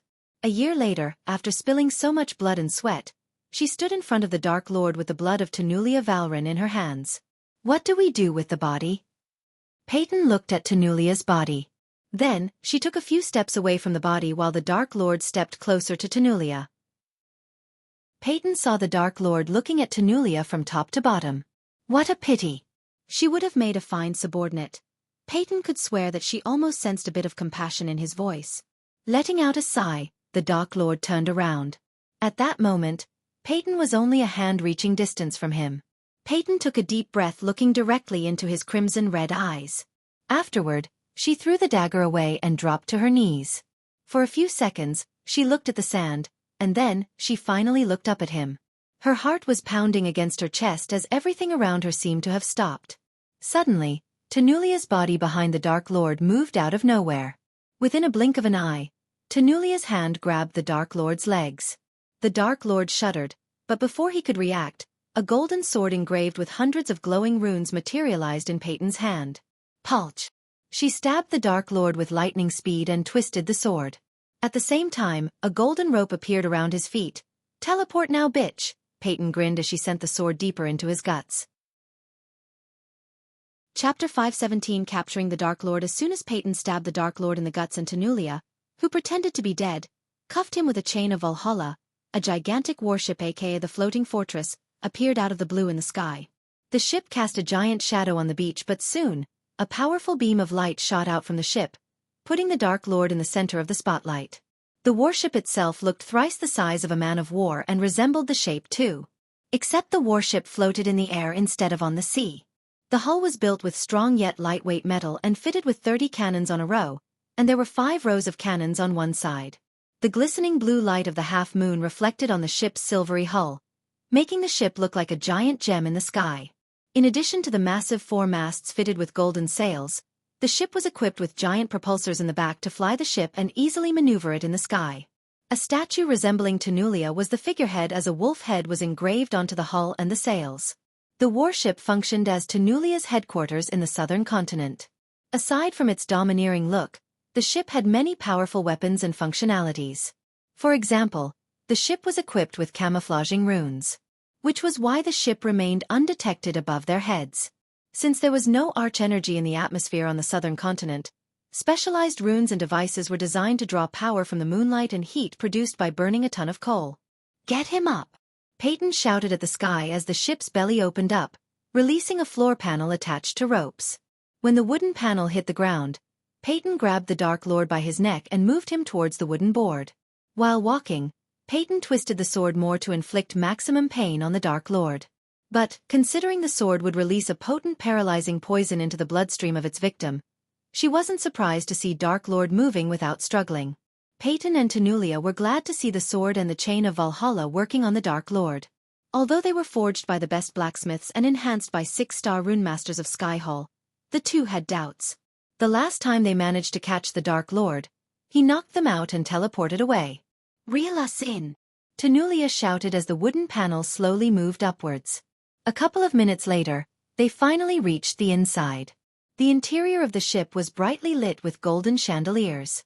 Tremendous braziers encompassing several columns lit up every part of the ship and covered the interior in warm silver and dancing shadows. The large mirrors on the embowed ceiling danced in the flickering light while stone effigies and wolves looked down upon the granite floor of this majestic ship. Alpha Guardian. Guardian Captain.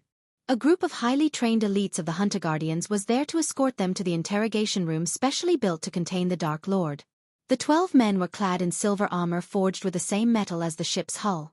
However, even the elites glinted with fear in their eyes when they saw the Dark Lord in person. Wasting no time, they escorted the trio through a hallway guarded by more armed soldiers until they reached an 8-foot door made of copper. From where they started their journey to the door decorated by banners and lit with golden orbs that illuminated the paintings of elven men and women below them. Creak. The 3 guards leading the escort pushed open the copper door to reveal an empty room surrounded by white walls. There was only an oak table, 2 chairs on one side, and 1 metal chair on the opposite side of the table. Michael was stunned by Peyton's betrayal. But more than betrayal, it seemed like a carefully elaborated plan. While watching the interrogation room, and the glass on either side of the room reminded him of the interrogation rooms of Earth's law enforcement. The sword was still stabbed in the guts, and Peyton made a habit of twisting the sword every 10 seconds. "Sit your ass down." Peyton punched the Dark Lord in the face before pushing him down on the metal chair. As soon as he was forced to sit on the chair, the elite guardians entered the room with more golden chains and tied the Dark Lord to the chair as tight as they could. His hands were tied to the back of the chair while his legs were tied to the chair's legs. Additionally, they put a jade collar around his neck, and the moment the collar touched him, it glistened brightly. "Leave." Tenulia ordered the elites as they quickly left the room, leaving Tenulia and Peyton in the room with the Dark Lord. At last, Peyton let go of the sword's hilt and went to sit beside Tenulia on the chair facing the Dark Lord. But the sword was still glowing and sticking out of his guts though. Blood bags and retractable dagger. Tenulia retrieved several pouches drenched in blood out from her cleavage while Peyton stabbed herself with the retractable trick dagger. "The rooms are powered with hundreds of runes that even we haven't fully comprehended. So don't bother teleporting or using any spells," Tenulia snickered. "The last time we met, I saw you bleed. And you know what we Hunter Guardians say about that: if it bleeds, we can kill it." The elites who were witnessing the interrogation through the window couldn't feel proud of what they had achieved. "So it was all an elaborate plan to catch me?" the Dark Lord asked Tenulia and Peyton. For a moment, Tenulia and Peyton looked at each other. She then patted Peyton on the shoulder. "She is the one who came up with the plan. Never in her entire life had Peyton gone through such a burden as she did to catch the Dark Lord." But at that moment, looking at the Dark Lord on the prisoner's chair, She felt the pain was worth it. Tenulia turned her gaze from the Dark Lord to the windows, which were one-way mirrors. They seemed to be a mirror when seen from one side, but like a window when seen from the opposite side. The Alpha Guardians used the windows disguised as a mirror for surveillance. "Bring me the crate." A few seconds after Tenulia ordered the elite's hole was standing on the mirror's other side, an elite guard entered the room, carrying a wooden crate. "Thud." The guard quickly put the crate on the table and left the room as fast as he could. It was evident to everyone that despite being the elites, they still trembled at the sight of the Dark Lord. Sponsored content. Visit Readel. Me for extra chapters. Tenulia put her hand into it and grabbed something from the crate. When she opened her palm, still tainted with fake blood, Michael saw his spiders dormant on her palm without moving. "We know you were watching us. It took us some time. You bugged us, but we did and turned it against you." After showing him the spiders, Tunnelish closed her fist, crushing the spiders to dust. "Tiriana, how is she?" One would expect Tenulia to lose her calm or act furiously. However, she remained rather calm despite his question and what was happening to Tiriana. A necessary sacrifice. When Michael thought the Guardians couldn't stoop any lower, Tenulia surprised him. Tiriana was her best friend. Yet she just waved it off, saying a necessary sacrifice like Tiriana's life was worth nothing. "You will pay for what you did to her. I will personally make sure you suffer more than she ever did," Tenulia coldly exclaimed as the Dark Lord turned his gaze at Peyton. "You are really a great actor," the Dark Lord mused.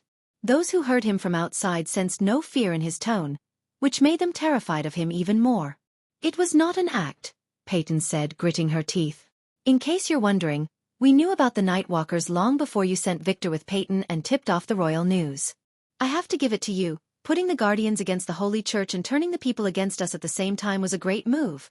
Tenulia snickered once again as she continued. "But you forgot one thing." Tenulia leaned forward. "When we hang you in front of Elon and reveal the real Desert Eagle operation, we will be hailed as heroes by the people. The future generations will sing songs about us and the sacrifices we made to eradicate you. So you let all those people die just to catch me." Peyton saw the Dark Lord tilting his head. To be honest, his every move creeped her out. But what she went through to get him made her stronger than ever before. Bang! Peyton suddenly stood up from her chair and punched him in the face once again. "That's on you." She raised her voice. "If you hadn't exposed the vampires, those would have been alive." Bang! Tenulia let Peyton punch him again and didn't bother to stop her. As far as Tenulia was concerned, Peyton deserved to torture him because of what she went through to get him. However, a few punches to the face were nowhere closer to what he truly deserved. Victor was outman inside the Nightwalkers. We were getting so much information about them and how they operate. But, unfortunately, because of you, we lost a valuable asset who could have tipped us about the attack in a drizzle, Peyton snarled at the Dark Lord. Except for Peyton, Tenulia, and Tiriana, none of them had any idea about Victor's true origin. He was a Guardian spy, and now Michael had killed him. Meanwhile, the elites outside saw Zanali strolling toward them. When she arrived at the mirrors, her eyes went wide in shock. Her entire body felt shivers looking at the dark figure sitting opposite Peyton and Tenulia. "Is that?" Her voice trailed away in utter shock. "Yes, Guardian Captain. That is the Dark Lord." Chapter 518 Unmasking the Dark Lord. "Ha ha ha ha!" Suddenly, the Dark Lord burst into creepy laughter. His maniac laughter echoed through the room and sent shivers down the Guardian's spines. "Your bullshit doesn't work on me, Elf. I can see it in your eyes. You know about the attack long before I exposed the vampires. The only difference is because I exposed them, the vampires left some people alive so they could spread the message. Otherwise, it would have been a complete massacre with no survivors to tell any tales." Zanali was startled by his words. There was no way the Alpha Guardian knew about the attack and did nothing to prevent the killings. So many people, including Nagas in their human forms, were killed in the arena by the vampires. Tenulia creased her brows as he continued. "You were planning to catch the elder vampire. But you didn't expect the dark net to be so problematic to break. Now that your incompetence backfired and caused so many lives, you're trying to pin it on me. Pin it on Lucifer or the Dark Lord as usual." Peyton heard the Dark Lord snicker. He leaned back on the chair and played beats on the table casually.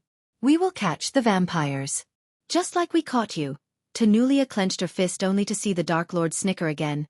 "At what cost? You two are responsible for more deaths than me, and you people call me the Dark Lord." He turned his head to look at the mirror. The elite guardians and Zanali felt as though he was looking at them. I wonder what your future Supreme Guardian has to say about your plan. For the first time, a shock emerged on Tenulia's face. She stared at the Dark Lord without batting an eye. Noah Winston. I know all about him, Tenulia Valrin. Bang! As soon as he spoke these words, Tenulia kicked her chair backward and lunged at him over the table. She grabbed his shoulder and punched him without pulling her punch. Ha ha ha ha, but the Dark Lord kept laughing as though he heard a joke. His laugh became creepier by the second, and many guardians wanted it to stop. Alpha Guardian, the latest Audis are on and website. After seeing Tenulia punching him for the 50th time, Peyton softly called her to stop Tenulia. Although they suspect the Dark Lord was not a human and possessed inhuman strength and power, Peyton still didn't want to take his life before they could get as much information as possible from him, particularly about where he came from. The demon realm or hell realm was something which they knew frighteningly little. The last page's grimoire about the Dark Age and the Dark Lord mentioned something about a demon king of Hell Realm, and the higher-ups of the Guardian Guild suspected the Dark Lord might have some information about the Demon King. Unfortunately, the only information they possessed about the Demon King was a name. Hunter. Dictator with a badass system MC's name is also Hunter. What a coincidence. The higher-ups were none other than elders in the Sky Hall, but even the Alpha Guardians had no idea that the Sky Hall from the shadows controlled them. He doesn't know, and it will stay that way, Tenulia said before throwing one last punch at him. Her fist felt numb after punching him repeatedly. After we're done with you, we will see how your body is built. Starting from cutting open your throat, Tenulia threatened him, but he still kept laughing. You're a maniac. Not a god, like some sickos claiming you are, Peyton growled. Seeing you hang to death will make everything I went through worth it. Again, I wonder what your future Supreme Guardian has to say about your plan. Particularly the part where you endangered his little sister's life. Seeing Tenulia and Peyton remain calm, Michael slowly connected the dots and was truly surprised by them. They knew the vampires were going to kidnap her and force her to retrieve that key, Michael said to himself. If I am right, they are planning to kill the vampires after she retrieves the key. Then they will take the key from her. You should worry about yourself, Tenulia snarled at the Dark Lord. Set a course to Draddle. Elders will meet us there. Tenulia turned her head and locked her gaze with Zanali. Zanali nodded before leaving the interrogation room towards the ship captain.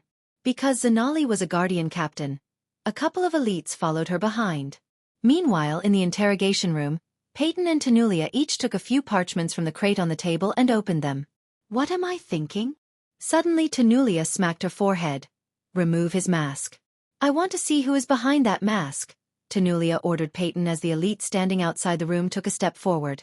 At that moment, every pair of eyes were locked on the Dark Lord's face. The latest Audis are on website. Peyton stood up from her chair with a nod, strolled to the Dark Lord, and came behind him. First thing, she removed the cloak covering his head, revealing raven black hair. It seemed like Peyton was doing everything in slow motion to the elite guardians. His smooth raven black hair was long enough to reach his neck. After removing the cloak, everyone could see the black skull mask on his face clearly. Michael had difficulty controlling the urge to kill Peyton and Tenulia then and there. However, he was unable to send his sword through their heads personally. As Michael was watching Tenulia and Peyton, the latter grabbed his skull mask. The guardians felt their heartbeat rapidly increasing, including Peyton. Time to see how you look behind the mask, Dark Lord. Peyton snickered as she slowly pulled up the mask to reveal the Dark Lord's face. They all felt a chill running through their spines as soon as his mask came off. His face was decayed with several cracks in his face. Half of his cheek was missing and they could see his yellowish decayed teeth. The two pale white eyes stared at Tenulia with a creepy smile on his face.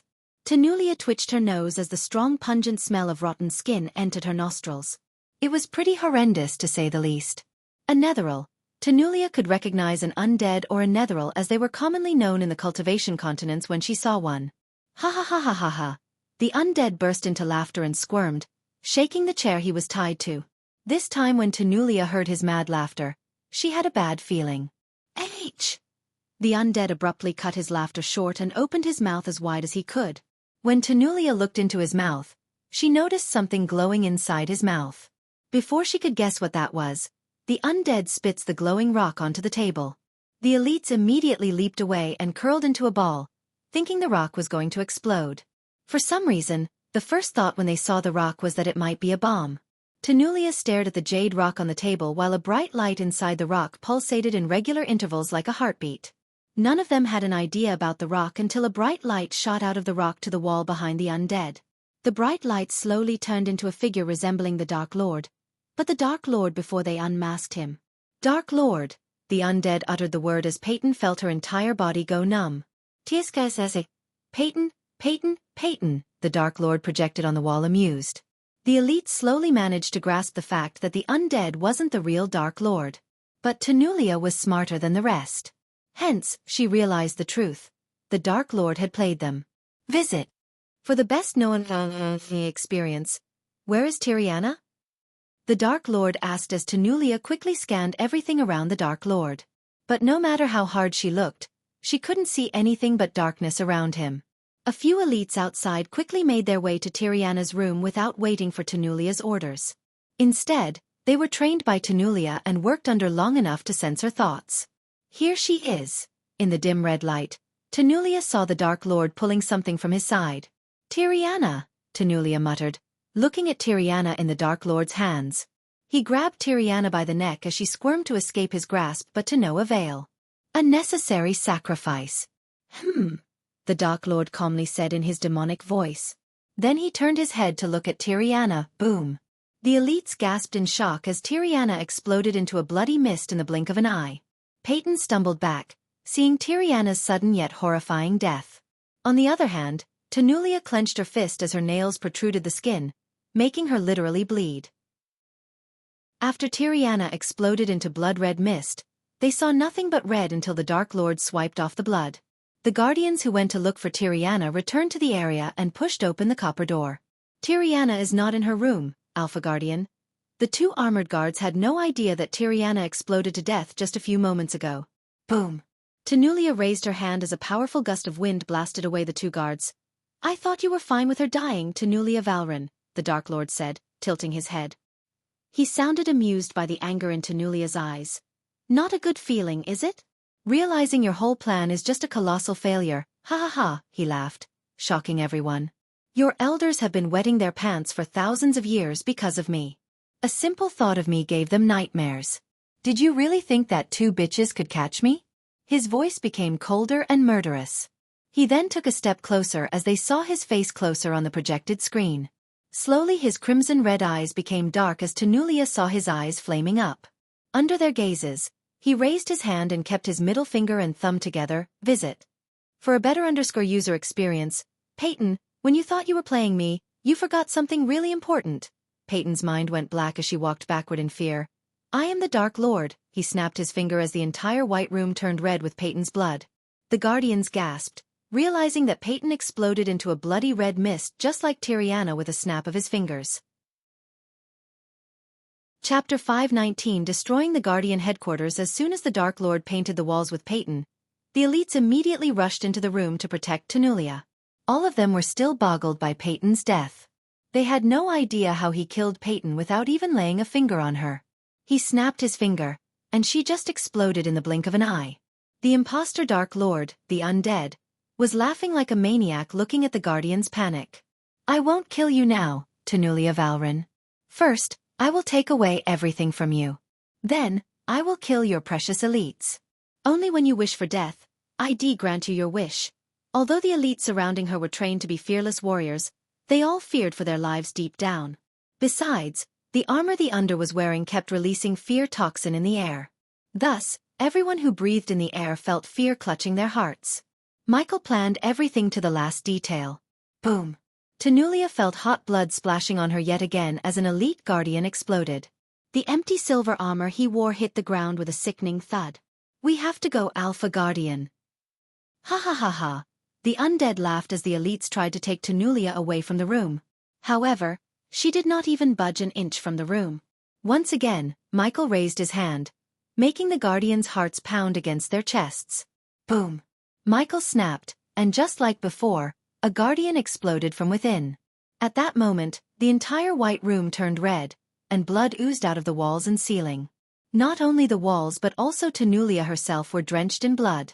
Her rosy face was covered by the blood of Peyton and two elite guardians. For the first time in her life, her mind went blank. She was unable to think of the next step. As they were in a daze, hoping he wouldn't snap his finger one more time, Zanali entered the room. As soon as she entered the room, her face went pale. Her body shuddered, feeling her heart suddenly skipped a beat. Visit. For a better user experience, looking at all the blood and horror on the Guardians' faces and no Peyton in the room made her think of the worst. She stepped into the room as blood oozed down from the ceiling, reaching her crimson-red robes. Only then did she notice the Dark Lord's face on the wall. Despite all the blood, she could still make out his face. Where is Peyton? That was the first question Zanali asked. You're stepping on her. Zanali felt a chill hearing the Dark Lord's words. However, she noticed the one sitting on the chair didn't open his mouth. Since Zanali left the room way before the real Dark Lord's appearance and Peyton's death, she was pretty confused. Peyton is all around you. Zanali Hearthill. Princess of Nagaland. Zanali's body went rigid as she stared at the wall blankly. The last time Zanali met the Dark Lord and the Silent Reaper, he revealed her race. Now somehow, he had learned her real identity. Except for Peyton and Tanulia, no one knew about her race or identity as the Nagaland princess. Not even Noah. What happened? Where is Peyton? Zanali stuttered. Gradually she felt a lump forming in her throat which made taking a difficult task. When the Guardians exploded, at least their armor survived the explosion. But, unfortunately, the same couldn't be said of Peyton. Not even a shred of Peyton's clothes survived the blast except her glasses. Zanali saw the glasses lying on the bloody floor and bent her knees to pick them up. Her hands shivered uncontrollably as her mind refused to accept Peyton was dead. Take a long look at what's around you, Guardians. This is what's waiting for you if you stand in my way. At that time, even Zanali couldn't be courageous due to the fear toxin in the air. After hearing his words, Zanali turned around, holding Peyton's glasses tightly. All the sweet memories she had with Peyton flashed across her eyes. We have to leave the ship, Alpha Guardian. Zanali's eyes flickered as Michael saw her pupils shrinking in size. At that moment, her eyes resembled the eyes of a Naga rather than a human. The ship is rigged to blow. We must go now. Tanulia took her gaze away from the Dark Lord. The captain is dead and so do several Guardians. Her rage and anger in her heart fought back the fear toxin in her bloodstream. Zanali momentarily pushed all her grief and anger to the back of her mind, and informed Alpha Guardian of what she saw. Zanali recalled the bodies she saw on her way to the captain's cabin. All of the Guardians guarded the hallways, and the captain's cabin was killed. Someone slit their throats and the captain literally had no head when she reached his cabin, where Zanali saw several explosives placed all around the room. Though unfamiliar with the explosives that looked like bricks pulsated red light, she sensed the heat building up within the bricks. Visit. For a better user experience, the last time we met, you destroyed the Silent Reaper. So now it's payback time, bitch. Michael snickered as he snapped his finger. The Guardians shuddered, but unlike they expected, none of them blew into a puppy red mist. Instead, the room the Dark Lord was standing in lit up. He was standing in a room with several world maps hanging from the walls and an oak table just a meter behind him. On the other side of the oak table sat a headless corpse that Zanali had seen a few minutes ago. He is in the captain's cabin. Tanulia immediately recognized the room. Alpha Guardian. The remaining 3 Guardians tried to stop Tanulia, but they were pushed away by her. Then on her way out, she grabbed the glowing sword sticking out of the undead's guts. Ha ha ha ha ha ha ha. Pulch. Tanulia swung the sword and cut his head clean off of his shoulder. Then, she strolled out of the room and didn't seem like anyone could stop her. Her eyes were bloodshot with anger. Boom! Suddenly, they heard a loud explosion as the ship trembled violently. Soon, the ship tilted sideways. Boom! The explosion went off again.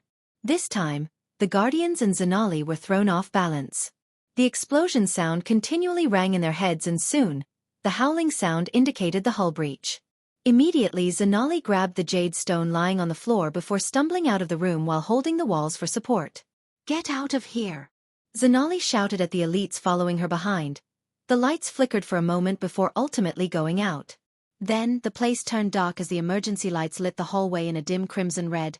I will go get the Alpha Guardian. Zanali had to shout even though the Guardian stood close to her due to the howling wind sound. But visit. For the best known experience, ITS and order. Zanali pushed the armored guards away before turning around to chase down Tanulia. The two remaining guards had no choice but to find a way to escape the ship. Unfortunately, the ship kept tilting left and right, making moving forward a problematic task.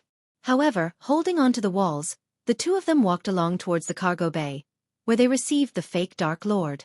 That opening was the quickest and closest way to escape the ship. "Don't fall back, Stas!" The armored elite guardian leading the way shouted at the one behind him. The guardian behind was staggering until the elite guardian shouted at him. Then, the guardian's walking became steadier despite the ship's frantic shaking. He walked steadily and lifted the silver helmet off, revealing the face beneath. It wasn't Stas as the elite guardian claimed. It was Michael. He was disguised as the guard and remained in the room the whole time. Stars! When the narrow hallway opened up to reveal the cargo bay, the elite guard shouted in relief. But, unfortunately, when he turned around, his relief became a shock. Boom! Michael snapped his finger before the guard could react. Just like earlier, the guard exploded into a bloody mist the moment he snapped his finger. While Tanulia and Zanali were on their way to the captain's cabin, Michael punched the ship, forming a large hole in the hull. Since they were so high in the sky and rapidly descending, the wind and pressure were strong enough to push any normal human being like a piece of paper. However, Michael wasn't a normal human being. Thus, he stood in front of the hole, looking at the tiny buildings on the ground. The ship descended straight towards Elon's Guardian headquarters in Kingdom Draddle. Michael made sure the captain set a course to the Draddle before he took the captain's head. Michael conjured the dark flames, and the moment the dark flames touched the hull, the ship caught on fire. The ship was built to withstand fire but not against a powerful primordial flame such as the dark flames. Hence, the dark flames spread through the ship like wildfire, burning everything in its path. At that moment, everyone on the ground shouted at seeing the giant flaming meteor descending towards the Guardian castle. Immediately the mages and the guardians flew out of the castle to stop the ship from colliding with the castle. It wouldn't take a genius to figure out that the result would be catastrophic if the ship crashed onto the castle. The Alpha Guardians in the castle immediately evacuated the people inside while the otters were casting spells to stop the ship. But at that moment, they all knew stopping the ship wasn't an option. Thus, they all braced for impact and tried to slow down the ship. Far away from the castle, Michael was floating above the clouds in his Lucifer form. The imminent destruction of Tanulia's warship and the headquarters put a wide grin on his face behind the mask. Visit. For a better user experience, it was a real pity that he couldn't hijack the ship because of all the runes and protective arrays. Unfortunately, the system level was too low to hack them, but the system could disable the defensive arrays for a short time. This short amount of time was enough for Michael to set it on fire and send it toward the castle. "Payback, bitch!" Michael turned around while the ship crashed onto the castle in the distance, creating a giant explosion. Several hours ago, Michael was floating above the clouds and looking at Tanulia on the sandy beach. She looked the size of a bullet ant from where he was. Michael wore his suit of armor and was shrouded in dark clouds. In simple words, he was in his complete Lucifer form. "My lord," Azazel appeared beside Michael above the clouds. "He is ready." Michael turned his head to see an undead wearing the same suit of armor as him. It cost Michael 6,000 Baddus points to buy the suit of armor and make the Alpha Undead wear it. Additionally, Michael attached a voice modulator he invented to the undead's throat. "The feeds are online," Azazel pointed at the Alpha Undead's eyes. "Go to the dark forest and monitor everything. What will you do about the warship approaching, my lord?" Michael looked over his shoulder and activated his thermal vision. The moment the vision went blurry blue, he noticed a bright orange blob of a heat signature approaching their location. "Cloaking technology. Cool," Michael smiled, feeling his excitement bubbling inside. If the Alpha Guardian ship could have the cloaking ability, Michael could equip his warships and vehicles with the same technology but only better. "Hijack or destroy," Michael calmly said. "Now go. Have good hunting, my lord." Azazel bowed deeply before his ghostly figure vanished into thin air, leaving Michael and the Alpha Undead behind. After Azazel left, it was time to implement his plan. With a flick of his wrist, he manipulated the wind around the undead. Thanks to his 10% wind manipulation, he was able to levitate the undead slowly to the beach from the sky.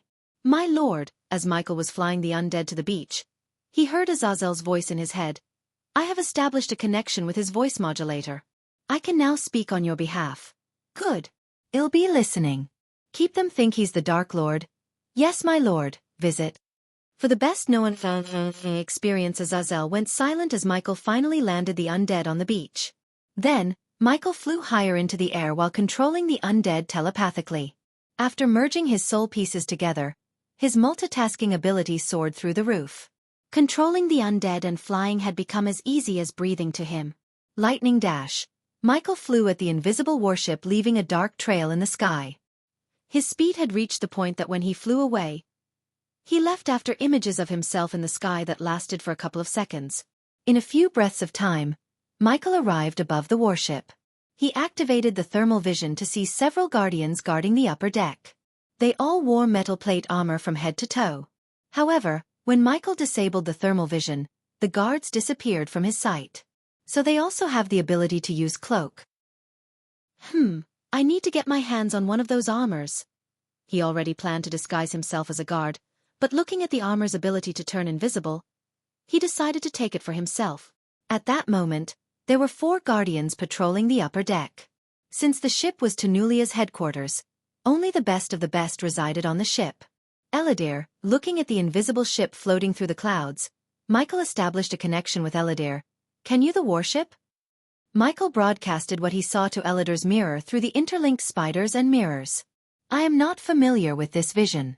Can you place the rune I put in the space ring onto the ship's hull?" It made sense that thermal vision was new to Eladir. Therefore, Michael nodded and waited for the soldier patrolling the ship's quarterdeck to turn around. Then the moment the soldier turned around, Michael dived down until he reached the ship's back. But he didn't touch the ship. "You cannot make contact. Put this blue rune on your hands. It will temporarily prevent the ship from activating its defense arrays."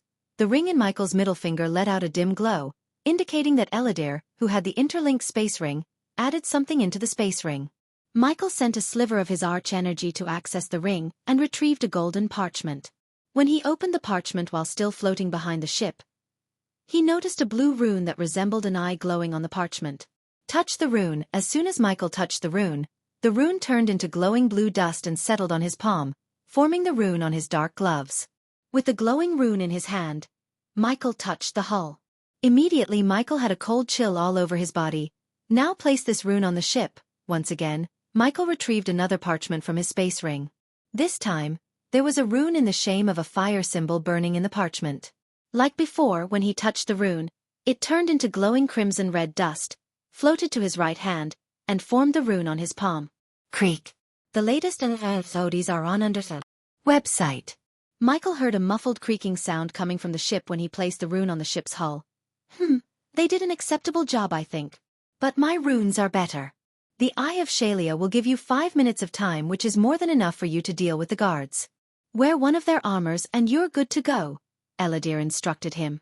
Although Eladir heard that Michael was a hitman on Earth, he had no idea how skilled Michael was. Way ahead of you, Michael already planned to wear one of their armor. Now with the glowing blue rune, which was apparently called the Eye of Xianxia, Michael climbed the ship carefully. Even when he was wearing heavy armor, Michael was extremely nimble.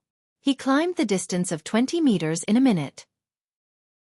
Then when he reached the deck, he looked up to see the guard leaning on the edge, watching the night sky. Michael was just a few inches beneath the guard, and if the guard looked down, he might see him. But before the guard could do so, Michael performed a ledge assassination by pulling the guard down by his neck and snapping his neck in a blink of an eye. Thanks to the system, he only had to pay 100 Baddest points, and the armor would appear around him. Otherwise, he had to remove the armor from the soldier and wear it piece by piece, which would take time, and in that time, other guards might notice their colleague missing. Michael dropped the naked soldier down and climbed up the ledge as one of the guardians. After he had equipped the armor, he felt a vague connection with the armor. He closed his eyes for a moment as his silver armor flickered a few times before turning invisible. But, of course, it wasn't a perfect cloak. One could see the distortion in the air due to light refraction. He was confident enough to perfect the cloak with the help of Eladir, the system, and his inventor skills. The only thing Michael lacked was a blacksmith skilled enough to forge worthy armor. Michael killed one of the 4 guardians, leaving 3 guardians on the deck. One guardian was standing near the main sail post while the other 2 guarded the ship's front. Despite the cloak, the other soldiers seemed they could see through the cloak. Otherwise, the soldier wouldn't have nodded at Michael, who was invisible. Michael nodded back while looking at the soldier closely. The armor protected the whole body by covering head to toe. However, a gap between the chest plate and helmet exposed the neck by several inches. The gap was not wide enough for a sword to cut through, but Michael's hidden blades could. Michael adjusted his armor sleeves to form a gap so the hidden blades could come out without damaging the silver armor. Looking at the soldier, Michael moved his hand behind and took out a copper coin from his system's storage. The coin was made of junk metal and enhanced by Elidor's runes, just like his spiders. Hence, when Michael sent a spider carrying the coin to the ledge near the soldier, they triggered no arrays. When the spider dropped the coin a few meters away from the soldier, Michael activated the copper coin. For a moment, it flickered, and then it produced a low-pitched whistling sound. What the? The soldier signaled Michael to keep his eyes on him before turning and walking towards the coin. The soldiers on the front were still looking at the other side. The two of them seemed to be having an interesting conversation in Michael's eyes. Instead of following the soldier's order, Michael floated toward him, without making a sword. As a result, the soldier had no idea Michael was behind him when he bent down to pick up the coin. Pulch. The latest episodes are on the website. Michael grabbed his neck from behind and immediately sent his hidden blade through the armor gap. Grr. The soldier made a sickening growl as Michael cut his vocal cords and threw him off the ledge. 2 down, 2 to go. Even though the soldiers were elites, they were inside the void, making them powerless in front of Michael. While walking toward the two soldiers, the atmosphere grew darker as Michael cast the Death Range spell to enhance his powers to a terrifying level. We are really going to capture the Dark Lord. Those amateurs in the guild just overhyped him. In truth, they are just incompetent. No shit. That's why they are still guardians, and we are hunters. The two soldiers gossiped, having no idea death was nearing them. I'm excited to receive a huge bonus from Alpha Guardian. How much do you think it is? I don't know, but I'm pretty sure I can afford a mansion and a huge piece of land with it. Considering it was nighttime, the soldiers failed to notice the darkness formed by the Death Range. Besides, Michael floated towards them, so they heard no footsteps. Hello, boys. They heard a sudden cold voice and tried to turn around. However, Michael grabbed both of them by their necks and tightened his grasp, crushing their helmets. Their armor flickered, revealing the caved-in heads. The next moment, Michael tossed them down from the ship. Finally, Michael cleared all the guards on the upper deck. My lord, Miss Peyton has arrived, Azazel's voice sounded in his head. Stall her. I'm on my way to the dining area. It's time the soldiers tasted my blood tonic. Michael looked around the empty deck. The latest website. I still got it. Michael felt proud of his handiwork. In a matter of a couple of minutes, he assassinated 4 elites like they were nothing. It had been so long since he used his assassin skills in this world.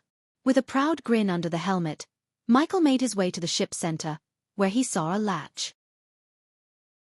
Pulling up the latch, Michael opened the doorway to the lower decks.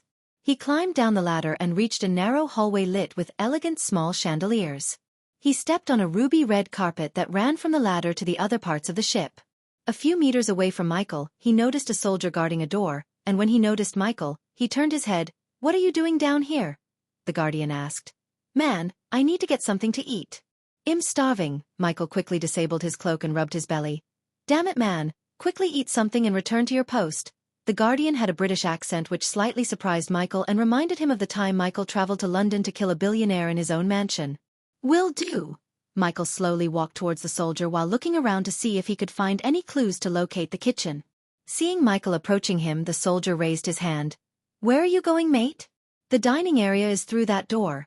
The soldier pointed at the door couple of doors away from the door Michael was at. Michael expected the soldier to point out the way because only one of two things could have happened. 1. The soldier would point out the right way.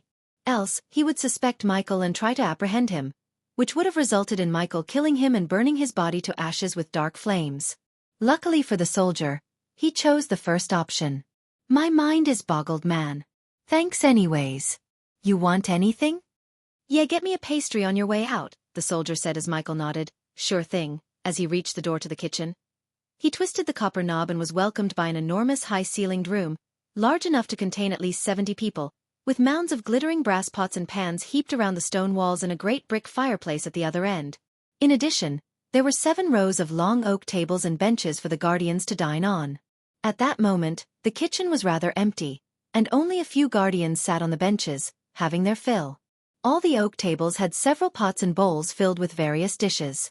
When Michael reached one of the oak tables, he grabbed a pastry, lifting his helmet a bit. Not bad, the pastry melted in his mouth. He took a big bite and made his way to the brass pots. I thought only we have a break, seeing Mykoff, a blonde-haired soldier who was having porridge, said. I am starving. Can't be on an empty stomach when we catch the Dark Lord. Can we? Michael amused.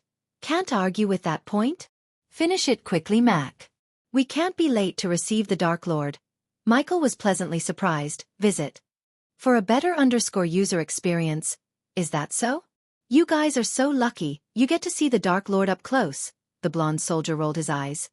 Lucky my ass. I'd rather guard Lady Tiriana's room than stay close to that creepy fucker. Still standing near a brass pot, Michael asked the soldiers. Speaking of Lady Tiriana, I have a message for her. From Alpha Guardian. I need to get that to her ASAP. Then what are you doing here? Lady Tiriana's room is on the other side. Another red-haired guardian with a long cut across his tanned face spoke in a thick accent. I will go. After I taste this baby. Michael pretended to take a long whiff of the aroma from the brass pot before him. You guys tried this? Asked Michael, ignoring the red-haired man. What's in there? Asked another soldier. Meanwhile, Michael controlled the spider he used to distract the soldier to crawl through the hallway. Fortunately, Michael found a map of the interior on the wall. It made sense to make a painting of the map and hang this on the wall for the soldiers to navigate through this giant ship. Chicken soup. What the hell? Let's have a taste, shall we? Michael grabbed 5 ceramic bowls from the table beside him and filled them with the chicken soup while showing his back to the guardians. With fast and precise movements, Michael took out blood tonic, which was a muddy brown potion, poured it into the bowls, and turned around. The brown potion quickly became colorless and blended with the chicken soup. Here you go, guys. Michael memorized the map as he put the bowls on the table. You should go now, the red-haired man coldly said after Michael took a sip of the soup. Okay, geesh. You're aiming for Employee of the Month or something. Michael's words made the others chuckle while Michael grabbed a bunch of pastries. This is for me to have on the way. Michael walked away from the guardians. On his way towards the door, he looked over his shoulder to see all of them take a long sip of chicken soup. When he came out of the kitchen, he quickly took out another blood tonic potion and drenched them in the potion.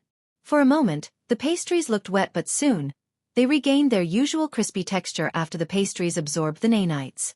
Then, Michael navigated through the hallway according to the map, and on his way, he handed over pastries to the guardians patrolling the hallways. Only then did Michael realize how hungry these soldiers were. It didn't even take any effort to make them eat the pastries. The latest episodes are on the website. Is everything ready? As he was walking in the hallway, on his way to Tiriana's room, Michael saw Zanali escorted by 3 guardians walking towards him. Yes, Guardian Captain. Everything is in place. Good. I don't want any surprises. Suddenly Zanali turned her gaze away from the guardian beside her to Michael, who was standing in the hallway with a pastry in his hand. What are you doing? Despite the situation, Michael remained calm. For an assassin, it was paramount to stay calm since panicking wouldn't solve anything. Hungry Guardian Captain. Michael sounded like an embarrassed more solid. Seeing him scratch the back of his neck, Zanali rolled her eyes. Plop. Surprisingly, she slapped his hand with enough force to make him drop the pastry in his hand. Return to your post before I make you have no post to return to, she growled. Yes, Guardian Captain. Michael turned his tone to sound apologetic, bowing his head. He remained, bending his back until Zanali walked away to a safe distance from him. What a colossal bitch! Michael looked at her figure disappearing before resuming his journey to Tiriana's room adjacent to Captain's cabin. All guardians, be alert. The target has reached the loading area and is on its way to the interrogation room. All of a sudden, Michael heard a rough female voice echoing through the hallways. After navigating through the maze of a hallway, Michael finally reached a lavish wooden door flanked by 2 elites. The next door was also flanked by 2 elites, so, in total, there were 2 doors and 4 elites in front of him. It was kinda problematic since the 2 doors and guardian were standing next to each other. Luckily for Michael, no elites were inside the captain's cabin and Tiriana's room. He could see Tiriana curling into a ball on her bed while the captain read the map on a table. Thanks to his thermal vision enabled him to see through walls. Fortunately, Michael had the distracting copper coins and countless spiders in his storage. He put his hands behind his back, retrieving another spider and a coin. The spider grabbed the coin and crawled through Michael's legs, avoiding their gazes. The spider and the copper coin perfectly blended with the ruby-red carpet they were standing on. You have a reason to be here? I am making sure everything is in place. Alpha Guardian's orders. Michael was always prepared to kill them. It would only take him a couple of seconds to kill all of them, but he decided to deal with them stealthily instead of like a murdering maniac. Visit. For the best known experience anyone could kill, but only an assassin or a killer like Michael could kill with finesse. Ding. This time, the coin made a loud noise attracting the 4 guardians' attention. Did you hear that? One soldier at each door walked towards where the noise came from, leaving one behind as they should. Looking at the 2 soldiers at the door at a 3-meter distance and the 2 soldiers walking away, Michael cracked his neck. The very next moment, Michael dashed at the first soldier, slashing his throat with his hidden blade. Then, before the blood splashed onto the floor, Michael activated the death range and fired a powerful bolt of lightning through the other guardian's head. He didn't stop as he drew the sword on the guardian's sheath and threw the sword at the guardian, who turned back, hearing the thud sounds made by the 2 dead soldiers. The sword went straight through his head as soon as he turned around. Then using the walls as his steps, Michael parkoured to the remaining guardian. Xianxia in mid-air. Michael pointed his finger as the golden lightning bolt shot out of his finger and went through the guardian's throat, forming a hole in his neck. From slashing the first guardian's throat with his hidden blade to killing the last one with a lightning bolt happened within 5 seconds. The elites couldn't even lift their fingers in front of his inhuman speed, technique, and strength boosted by the death range. Killing them was only half the battle, as Michael had to dispose of the bodies. Quickly Michael dragged the 4 bodies while spraying the potion he brewed to clean the bloodshed onto the walls and the floor through a sprayer attached to the center of his gloves. Chapter 477 mentions the upgrades done to the armor. Michael looked around with his X-ray vision to see no one was coming his way. The captain in the cabin didn't seem like he heard a thing as he was still reading a map. Instead of going into the captain's cabin, Michael decided to greet Tiriana. But when he touched the doorknob he felt an electric shock.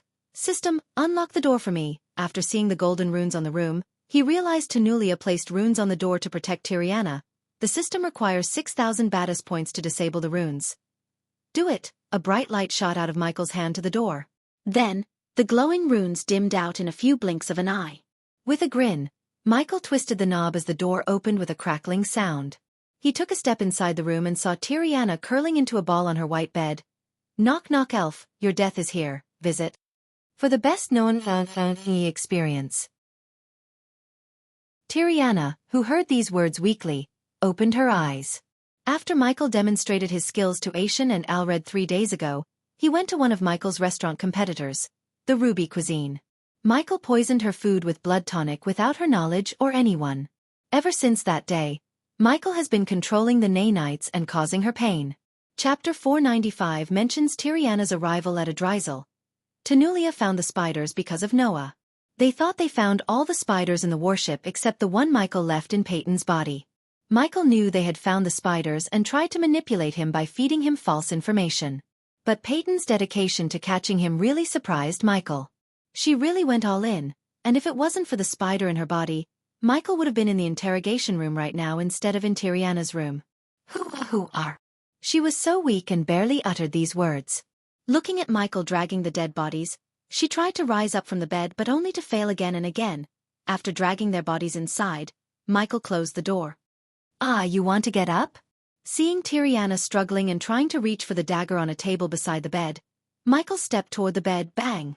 With a single punch to the side of her face, Michael knocked out Tiriana. Now it's time to clear their bodies. Michael turned around, controlling the air in the room to lift the bodies into the sky. However, he couldn't lift the body in the air because of his weak wind manipulation rate. If he tried to use the dark flames to burn them without creating a wind cocoon around the bodies, the entire room would be on fire and soon the whole ship. Damn it! Michael yet again raised his hand as a small whirlwind appeared in the room, but he soon lost control over the whirlwind. Several sweat beads appeared on his forehead, but he still couldn't lift one body. Plan B then. Wind blast. Since he couldn't burn the bodies, Michael raised his hand, sending a powerful blast of wind. The wind blast hurled the bodies under Tiriana's bed. Although it wasn't the perfect hiding spot, no one would find the bodies unless one looked under the bed. Besides, Michael didn't need to keep the bodies hidden for long. Come here, sweetie pie. Michael lifted Tiriana from the bed in his arms. His next destination was closer. The captain's cabin. While walking out of the room, he looked around with his X-ray vision. Fortunately, no one was approaching. Blood bags and retractable dagger. Tenulia appeared in the corner of his vision. He saw her through the spy cam in the undead's eyes. "Bravo!" Michael chuckled as he arrived in front of the captain's cabin's door. Standing before the door, he put down Tiriana on her feet. Bang! Visit!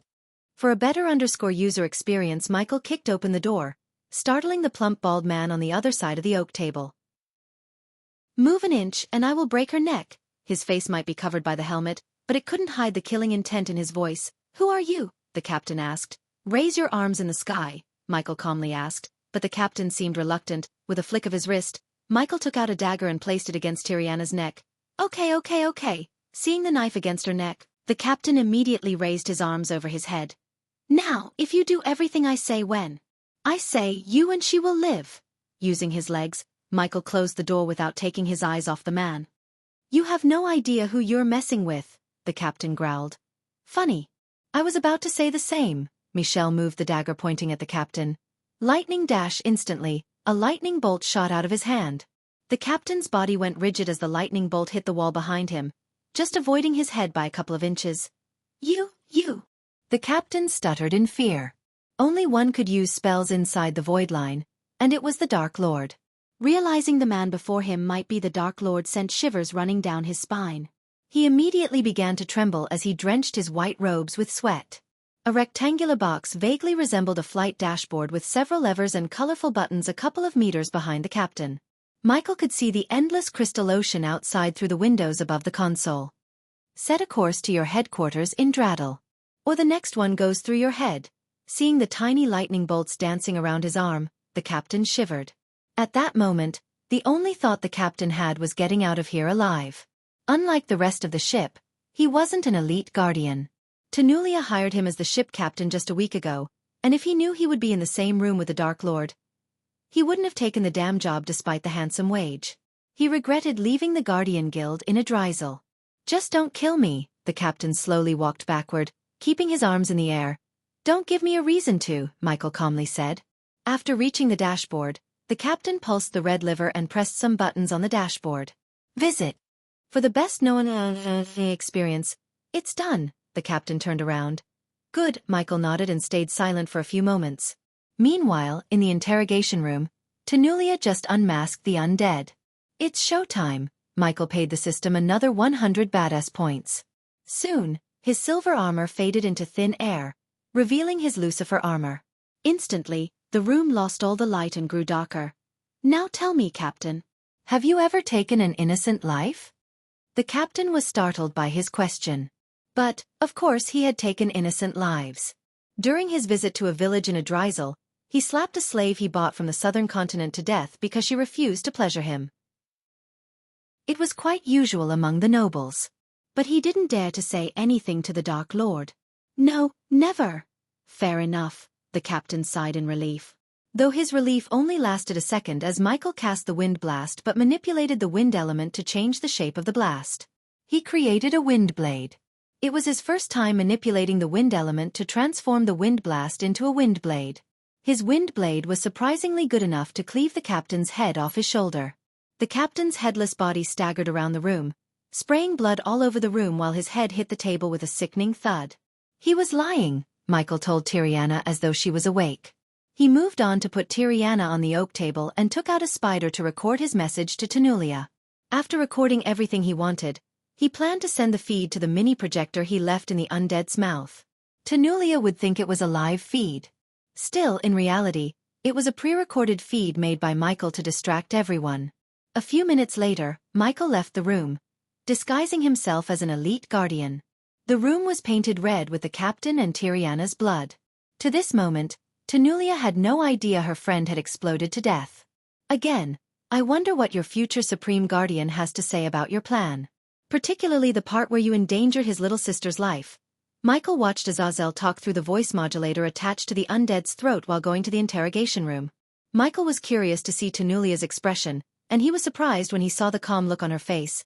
They knew the vampires were going to kidnap her and force her to retrieve that key, Michael said to himself. If I am right, they are planning to kill the vampires after she retrieves the key. Then they will take the key from her. Michael was more curious about the key now. The vampires were desperate to find it, and the guardians also seemed interested in the key. What surprised Michael was that Tanulia hid the fact she was using Sabrina from Noah. Officer, Michael knew if Noah knew Tanulia put his sister in danger, he would put Tanulia through hell. But in case Michael knew Sabrina was his little sister, he would have massacred every single guardian on the ship and gone straight for Tanulia's head. Wondering what might the key unlock, Michael navigated through the corridors to the interrogation room. Visit.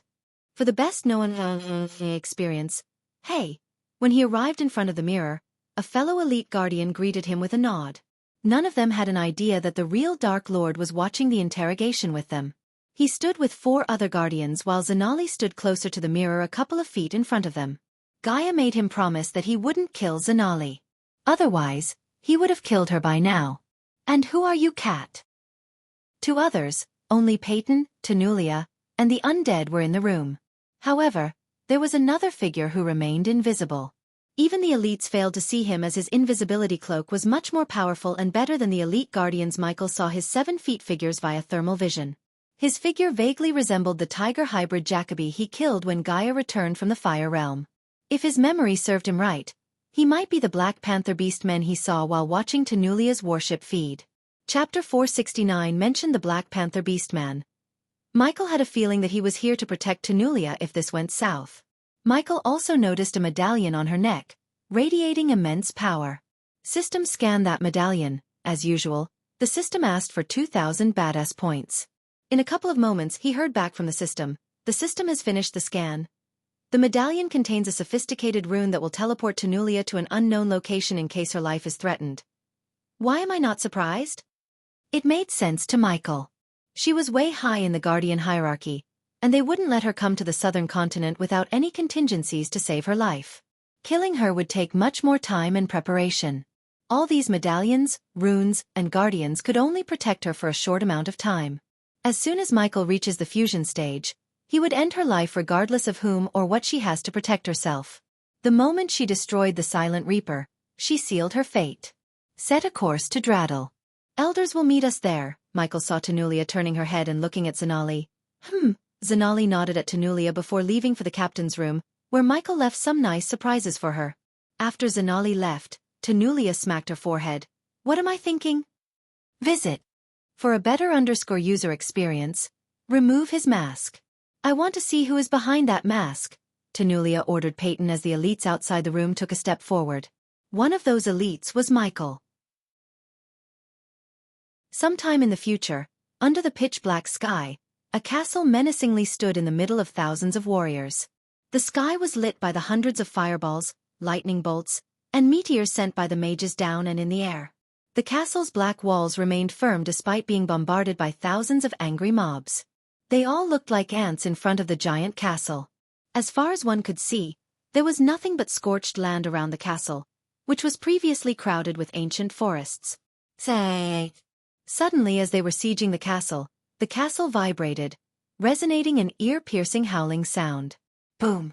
As the sound traveled for hundreds of miles, a ring of dark flames expanded rapidly, burning everyone in the vicinity to ashes. Cast the light barrier. The hundreds of mages in white robes shouted as loud as they could and formed a human chain around the castle. Then they all raised their staff towards the sky as it slowly split open to release a bright white light. Just as the bright light was coming from the sky, a dark mist surrounded the castle, turning the surroundings darker than before. At the same time, thousands of warships were approaching the castle on the horizon. The staff of the mages began to radiate a dim light on the ground. Soon, the dim light weaved a shield in front of them. When the dark flames met the shield, its movement was halted. The dark flames tried to push through the force field as cracks formed in the white shield. Fighting one of the most powerful primordial flames, the immortal mages broke into a sweat. Meanwhile, in one of the warships approaching the castle, a golden-haired man was staring at the map of the dark forest. Several other men adorned with golden armor stood around the large oak table, and they all bore serious expressions on their faces. General Evan, what are your next orders? One of the golden-armored warriors asked General Evan Clark. Push forward. Permission to speak freely, General. Another golden-armored warrior asked General Clark. Permission granted. When Evan nodded, the soldier removed his golden helmet to reveal her alluring face and striking golden hair. Despite their real age, They all looked like they were in their early 30s because of their cultivation levels. Evan, why are we sending half of our troops to the castle where we know the Dark Lord isn't? We all know the Dark Lord is in the crypt. Visit. For the best known experience, the other soldiers didn't speak a word, but they all agreed with her. Unlike her, they couldn't ask the general so freely. Because we have someone far more important in that castle who could end this war forever. The soldiers were stunned as Evan let out a deep breath. Listen to me, men. I was instructed not to disclose the information until I got the confirmation. Now that I received it from the Queen, it's time for you to know our real objective. Everyone's gaze was on Evan for what he was about to tell them. But, instead of explaining, Evan flicked his wrist as a holographic image of an infant child appeared above the table. We have confirmation that the Dark Child is in the castle. The golden-haired lattice eyes went wide as the others looked pale behind their helmets. It's a rumor. Isn't it? A soldier stuttered, trembling in fear. It's not a rumor. The Dark Child is real. Our orders are to kill the Dark Child no matter the cost. The soldiers were stunned by his words as the golden-haired woman strolled to Evan from the other side of the table. Even if it's the spawn of the Dark Lord and the Dark Queen, we don't kill a child, Evan. We are no different than the Dark Lord if we did that, she gravely said. Orders are orders, Victoria, and this order came directly from the Queen. Evan dash. It's General Evan, Captain Victoria. Evan cut her off in the middle before she could finish her sentence. Yes, General. Her eyes showed reluctance, but she decided to follow his lead. Because he was not only the general but also her husband. General, if the Dark Child is in the castle, the Dark Queen won't be too far. We have no idea about her whereabouts. But expect high resistance from the Dark Lord's army. They wouldn't let us kill the child so easily. With another flick of his wrist, the child's image disappeared, and the castle appeared before them. Evan pointed to a red on the far east side of the castle where the castle's fire-breathing tower was located. The tower was built to resemble a sleeping dragon and breathed fire through its mouth. This is our inn. The Nightmare Tower breath fire every 10 seconds, and when it's getting ready for the next breath, we will fly into its mouth. Place these charges. Evan's ring on his finger let out a dim glow as several dark bricks appeared on the table. Destroy the tower and fight our way to the center where we believe the child is, Evan said, the latest laser website. To this day, no one has stepped into the castle because of the fear toxin. So we are going in blind. Expect Alpha Undead, the Dark Assassins, and every type of Dark Lord's army to be inside. Although Evan heard no disagreement with the plan, he knew the meaning of their silence. He had been leading the troops for years, and they didn't have to use words to speak their minds. Instead, Evan could understand them. Anyone with a brain could tell that the plan was suicide, yet the orders directly came from the Queen herself. The Queen's words were absolute. They wouldn't have stood a chance against the Dark Lord without her. Her courageous leadership and the God of Light's power made fighting the Dark Lord possible. When he first heard he had to kill a child, Evan immediately opposed the order, just like Victoria. However, the Queen showed him the future. The Dark Child held the key to opening the portals to the other universes. According to the Queen, the Dark Lord was planning to revive the ancient gods to life again. If the portal is opened, the Dark Lord can travel between the universes in his physical form. Once it happened, no one can stop the Dark Lord, not even the God of Light, Evan recalled the Queen's words. The Dark Lord must not revive the ancient gods. Ancient gods, Evan mumbled under his breath. The Queen had never looked so serious before. But when she spoke about the ancient gods, Evan saw the fear in her eyes. General, the soldier shouted, stopping Evan's train of thoughts. I know it sounds like a suicide mission, and most of us won't survive the battle. But no matter what, we must reach the child and end its life before it ends our world.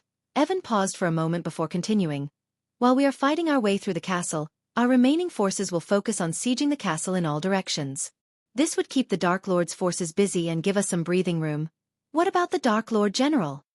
Victoria raised a question. If he decides to show up, you know our plan will go down the drain. Just a thought of the Dark Lord appearing gave them chills. The last time the Dark Lord appeared, he killed 3,000 elites of the Great 8 clans and 100 immortals in a few seconds like they were nothing. We don't have to worry about him. The Queen will keep him busy. Once we place these charges, it will turn off the castle's defense mechanisms for 20 minutes. Even after explaining the plan, something felt off to Evan, like it's just a tiny part of the Queen's plan. I don't like this plan, not even a bit. But we will follow you to the Hell Realm itself, General. Victoria placed her hand on her chest and spoke loud and clear. It's been an honor working with you people. Evan said, looking at each and every one of his men and women who fought beside him for more than 10 years. Visit. For a better user experience, General Evan, a white-robed man, entered the room. We will reach our destination in 5 minutes. Evan nodded as the man left the room, leaving them to their meeting. Leave us alone and regroup at the cargo bay in 4 minutes. The soldiers bowed and left the room, leaving Victoria and Evan alone. You don't like this plan, do you, Evan? Victoria walked toward Evan with a gentle smile on her face to calm him down. She placed her hand on his shoulder. We'll get through this, Evan. We always do. Evan lost his general domineer as he tilted his head, resting his head on her hand. Don't hate me for making you do this, Victoria, Evan said in an apologetic tone. You're just following orders, Evan. I know. My only question is, why can't we take the child hostage and force the Dark Lord to surrender? Too many variables, the Queen said. She said the child would let the Dark Lord travel between universes in his physical form, Victoria. Once it happens, she said he could revive the ancient gods. I feel like there is more to the ancient gods than we know of, Evan. Do you remember the rumors that an ancient god revived the god of light? Victoria asked as Evan sighed. He took his head off her hand and looked at the castle in the distance through the windows. It's just a rumor, Victoria. All the ancient gods have been in an eternal slumber. It's what the Queen said. Victoria's brow arched up. We cannot doubt the Queen now, Victoria, not when we are so close to ending the war. Evan took his gaze away from the castle and looked Victoria in the eyes. Oh, come on, Evan, she rolled her eyes. The odds are we are going to die today. So we can speak freely. Look, I don't trust and worship the Queen as you and the others do. She and I have a common enemy, the Dark Lord. Her leadership is what gave us a fighting chance against him. I give her that. But that doesn't mean we have to trust her blindly. There's nothing wrong with questioning her, Evan. Evan knew Victoria had always been skeptical about the Queen and the information she's been providing them. But, of course, the majority of the people believed and worshipped the Queen. But a few people like Victoria questioned the Queen's motives. I don't think the Dark Lord will literally go to hell and heaven to revive good guys, Victoria. Whatever these ancient gods are, they are bad news, said Evan. But I still remember Layla's last words. Evan. You weren't there. Layla was about to say something about the ancient god, but the Queen killed her. Victoria emphasized the word the. I can still hear her last words and her smile, Evan. Every night I closed my eyes. I could see her smiling even when she knew she was going to die. Visit. For the best known experience, Victoria's eyes watered without her control as she recalled Layla's last words. The ancient god Dawn is coming for you. Inside the dark castle was dark room lit with crimson red light. There was nothing in the room except a sizable black bed, a cradle near the bed, and a large mirror facing the bed's head. Arg! A woman dressed in entirely black armor growled, struggling to reach for the child crying in the cradle. She held her stomach in one hand and used the other hand to move toward the child. The baby kept crying for its mother, and only when the woman touched the child it stopped crying. Come here, gritting her teeth to fight the pain. He gently lifted the baby from the cradle and placed it on her chest. Who hurt my butterball? She kissed the baby, as though the baby sensed its mother's pain. It tried to reach out for her face with its tiny soft hands. My lady. Suddenly, a ghostly figure appeared in the room near the cradle. The ghostly figure resembled a middle-aged man in a butler uniform. His glowing ruby eyes were the main attraction to his face other than his raven black hair. You're awake. Didn't I tell you stop appearing suddenly? It'd freak him out, Azazel. Yes, the butler was Azazel, and the woman was none other than Gaia. After hearing her complaint, Azazel embarrassedly smiled. I heard him cry, my lady. How was the funeral? Gaia's voice was heavy. The question made the smile on Azazel's face fade away instantly. They had lost a valuable member 2 days ago. The entire castle and the army mourned the loss. The assassins took it pretty hard, my lady, Azazel said as Gaia sighed. I can't blame them. She practically raised them. May her soul rest in peace. Gaia stood up with the child resting on her chest. Here, with a flick of her wrist, she took out a silver medallion which had the name Aria Atronius engraved in golden letters. Place this on her grave. A dim light emerged from Azazel's hand, engulfing the medallion. Then, the light disappeared along with the medallion in Gaia's hand. My lady, we cannot stay here for long. Our informants in the Sky Hall said they dispatched several demigods to siege the castle. I don't think we can hold them off. Gaia's face turned gloomy as the child began to cry again. No, Butterball. I'm not going to let anyone in your home. She lifted the baby gently in the air and smiled at him. Visit. For the best known experience seeing her smile, the baby stopped crying. I can take them down if our defenses failed. No, you cannot, my lady. Not with the curse on your body. You need to rest until my lord finds a way to lift the curse. Azazel's voice almost sounded like he was ordering Gaia. He had seen enough deaths recently and would rather die than see something happens to the Dark Queen. He should be leading the army against that bitch instead of wasting his time trying to lift my curse. Her voice slightly stuttered. Should I inform my lord about Lady Audria's death, my lady? And oh, Gaia immediately raised her voice as the lights began to flicker. He still hasn't gotten over Nightmare's death. If you inform him that Arya is dead, he will lose it. We have to give him strength, not weaknesses. Her eyes watered up, thinking that Nightmare was no longer with them. Yet, every time she closed her eyes, she could see her memories of Nightmare flash across her eyes. It felt like yesterday they won Nightmare in a bet against Jane Totonk. In a blink of an eye, 200 years passed by. However, when she thought Nightmare died, defending Rivertown by himself made her proud. He defended Rivertown for 3 days from Sky Hall. Even after using almost every resource they had, the Sky Hall failed to take over the river town. He burned hundreds of half-immortals before falling to the dragon hunters of the Queen. After seeing Nightmare's lifeless body, Gaia went on a killing spree and did not stop until every single dragon hunter lost their head. She thought killing the dragon hunters would make her feel better. But she didn't. The loss of Nightmare was something she could easily handle. Boom! All of a sudden, the entire castle trembled violently as Gaia was thrown off balance. Luckily, she quickly grabbed the bed in one hand to steady herself. Immediately Azazel disappeared from the room to check what was happening. At that time, the baby in her hand began to cry, sensing the danger approaching it.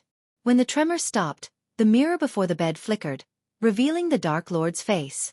Michael! Straight away, his face put a smile on her face. She sighed in relief. Papa, the baby tried to reach for him. Hey little guy, Michael smiled at the baby. Despite his smile, Gaia could see the pain in his eyes. Being the Dark Lord wasn't his choice. Rather, the Sky Hall pushed him to be one. They needed a villain so they could be the saviors. The Michael in front of her was not the Michael she met. He was funny, calm and relaxed person. However, ever since he took the mantle of the Dark Lord, he changed into a whole different person. Of course not by choice, but the pressure, danger and the responsibility of saving the world took its toll on both his mind and body. Gaia, you have to use the key now. The moment Gaia heard these words, her mind went blank. Visit. For the best known experience, there is no way, Gaia. The Queen is more powerful than we thought. I don't think I can hold her off much longer. Don't play with me, human. My lady. Azazel appeared yet again in the room, but unlike before, his ghostly figure kept flickering. My lord, when he noticed Michael in the mirror, Azazel weakly bowed. The elites are there, aren't they? Michael asked as Azazel nodded. Code 0 is a go, Azazel. Gaia saw Azazel's ghostly figure turning red. What is Code 0? Gaia gawked at Azazel and Michael, having no idea of Code 0. But seeing the grave look on their faces, she lost all the color on her face. She held the baby tightly in her arms. It's been an honor serving you, my lord, Azazel's voice stuttered. I wish I had seen him grow up to be a fine young man. Azazel let out a miserable smile as his face was plastered with grief and sadness. Yet, when Gaia looked into his eyes, she saw nothing but fulfillment. Azazel. Goodbye, my lady. Boom! Gaia saw Azazel explode into a puff of smoke. Her jaw dropped while her legs turned jelly. Soon, in front of her eyes, the white smoke formed a portal. Use the key on him, Gaia. She dropped to her knees, tears gushing out of her pale face. No, there has to be another way, human. You always find a way. Michael's eyes watered as his eyes watered. This is the only way, Gaia. We can stop everything. We can stop the Queen before came into existence. What about me? What about our child? What about our existence? Gaia's tears rained down on the baby's face. The little one reached out to Gaia's face and wiped off the tears with his little hand. If we don't do this, she will use him to open portals to other universes. He will suffer for eternity, Gaia. Cough. Suddenly, Gaia coughed up blood. The excruciating pain caused by the curse returned. Trust my Gaia. This is the only way. Use the key and send him to Etheria before they get to him. He will cease to exist if I activate the machine before you send him there. Visit. For the best known experience, Etheria is the universe of anti-hero with a symbiote system. No. Her voice stuttered. Gaia held the baby as tight as she could. Compared to the pain of leaving her son, the pain caused by the curse was nothing. His innocent face that stared at her blankly without any idea clenched her heart. Boom, boom, boom. The castle yet again trembled violently. If you don't do this, he's good as dead, Gaia. Use that key now. Michael's shout stopped the castle from shaking. His shout just killed hundreds of half-immortals who approached Gaia's room. If he hadn't used his strength trying to revive the ancient gods, he could have single-handedly wiped off the Queen's army. However, even with the system's help, it was impossible to kill the Queen without the ancient gods and Hunter. Hunter is the MC of Dictator with a badass system. The Queen was not a being that belonged to a single universe. Instead, according to ancient god Night, she split her soul into pieces and sent each piece to a universe. To kill her, one must kill all the soul pieces. Otherwise, she would born again and again until she turns the entire universe into mindless minions whose sole purpose is worshipping her and conquering the worlds. Michael temporarily sealed his universe using 2 billion badass points, preventing the Queen from opening portals to the universes she had already conquered. His son held the key to open the universe, and the Queen would stop at nothing until she gets to him. With the system offline and half of his army wiped out, sending his son to Etheria and using the Silverhawk was the only way to stop the Queen. Silverhawk was his reset button. This time, Michael would correct the mistakes he made. Tears kept gushing out of her eyes when she slowly removed the tiny golden key hanging around the baby's neck. Your father and I love you so much. No matter what it takes, we will find you, she kissed the baby's forehead softly. I am sorry, little guy. I wish things have gone different. Michael closed his eyes for a moment, letting out the tears he was holding. We will fix everything, Gaia, I promise you. I will save Nightmare, Cindy, Azazel and everyone. Michael's eyes turned blood red and Gaia saw everything turning darker. Removing the key from his neck, Gaia threw it into the portal Azazel created by sacrificing himself. As soon as she threw the key inside, the dark portal turned golden. No matter where you are, my love will always protect you, Butterball. She walked toward the portal carrying her son in her arms. Her body trembled, and it took all her strength even to take a step forward. Standing only a couple of inches away from the portal, she softly kissed his forehead. Then they both locked their gazes with the baby. Goodbye, Draven. Visit. For a better user experience, you're tuning in to the Wisdom Diary YouTube channel. Don't forget to subscribe and join us on this journey to catch the most captivating stories.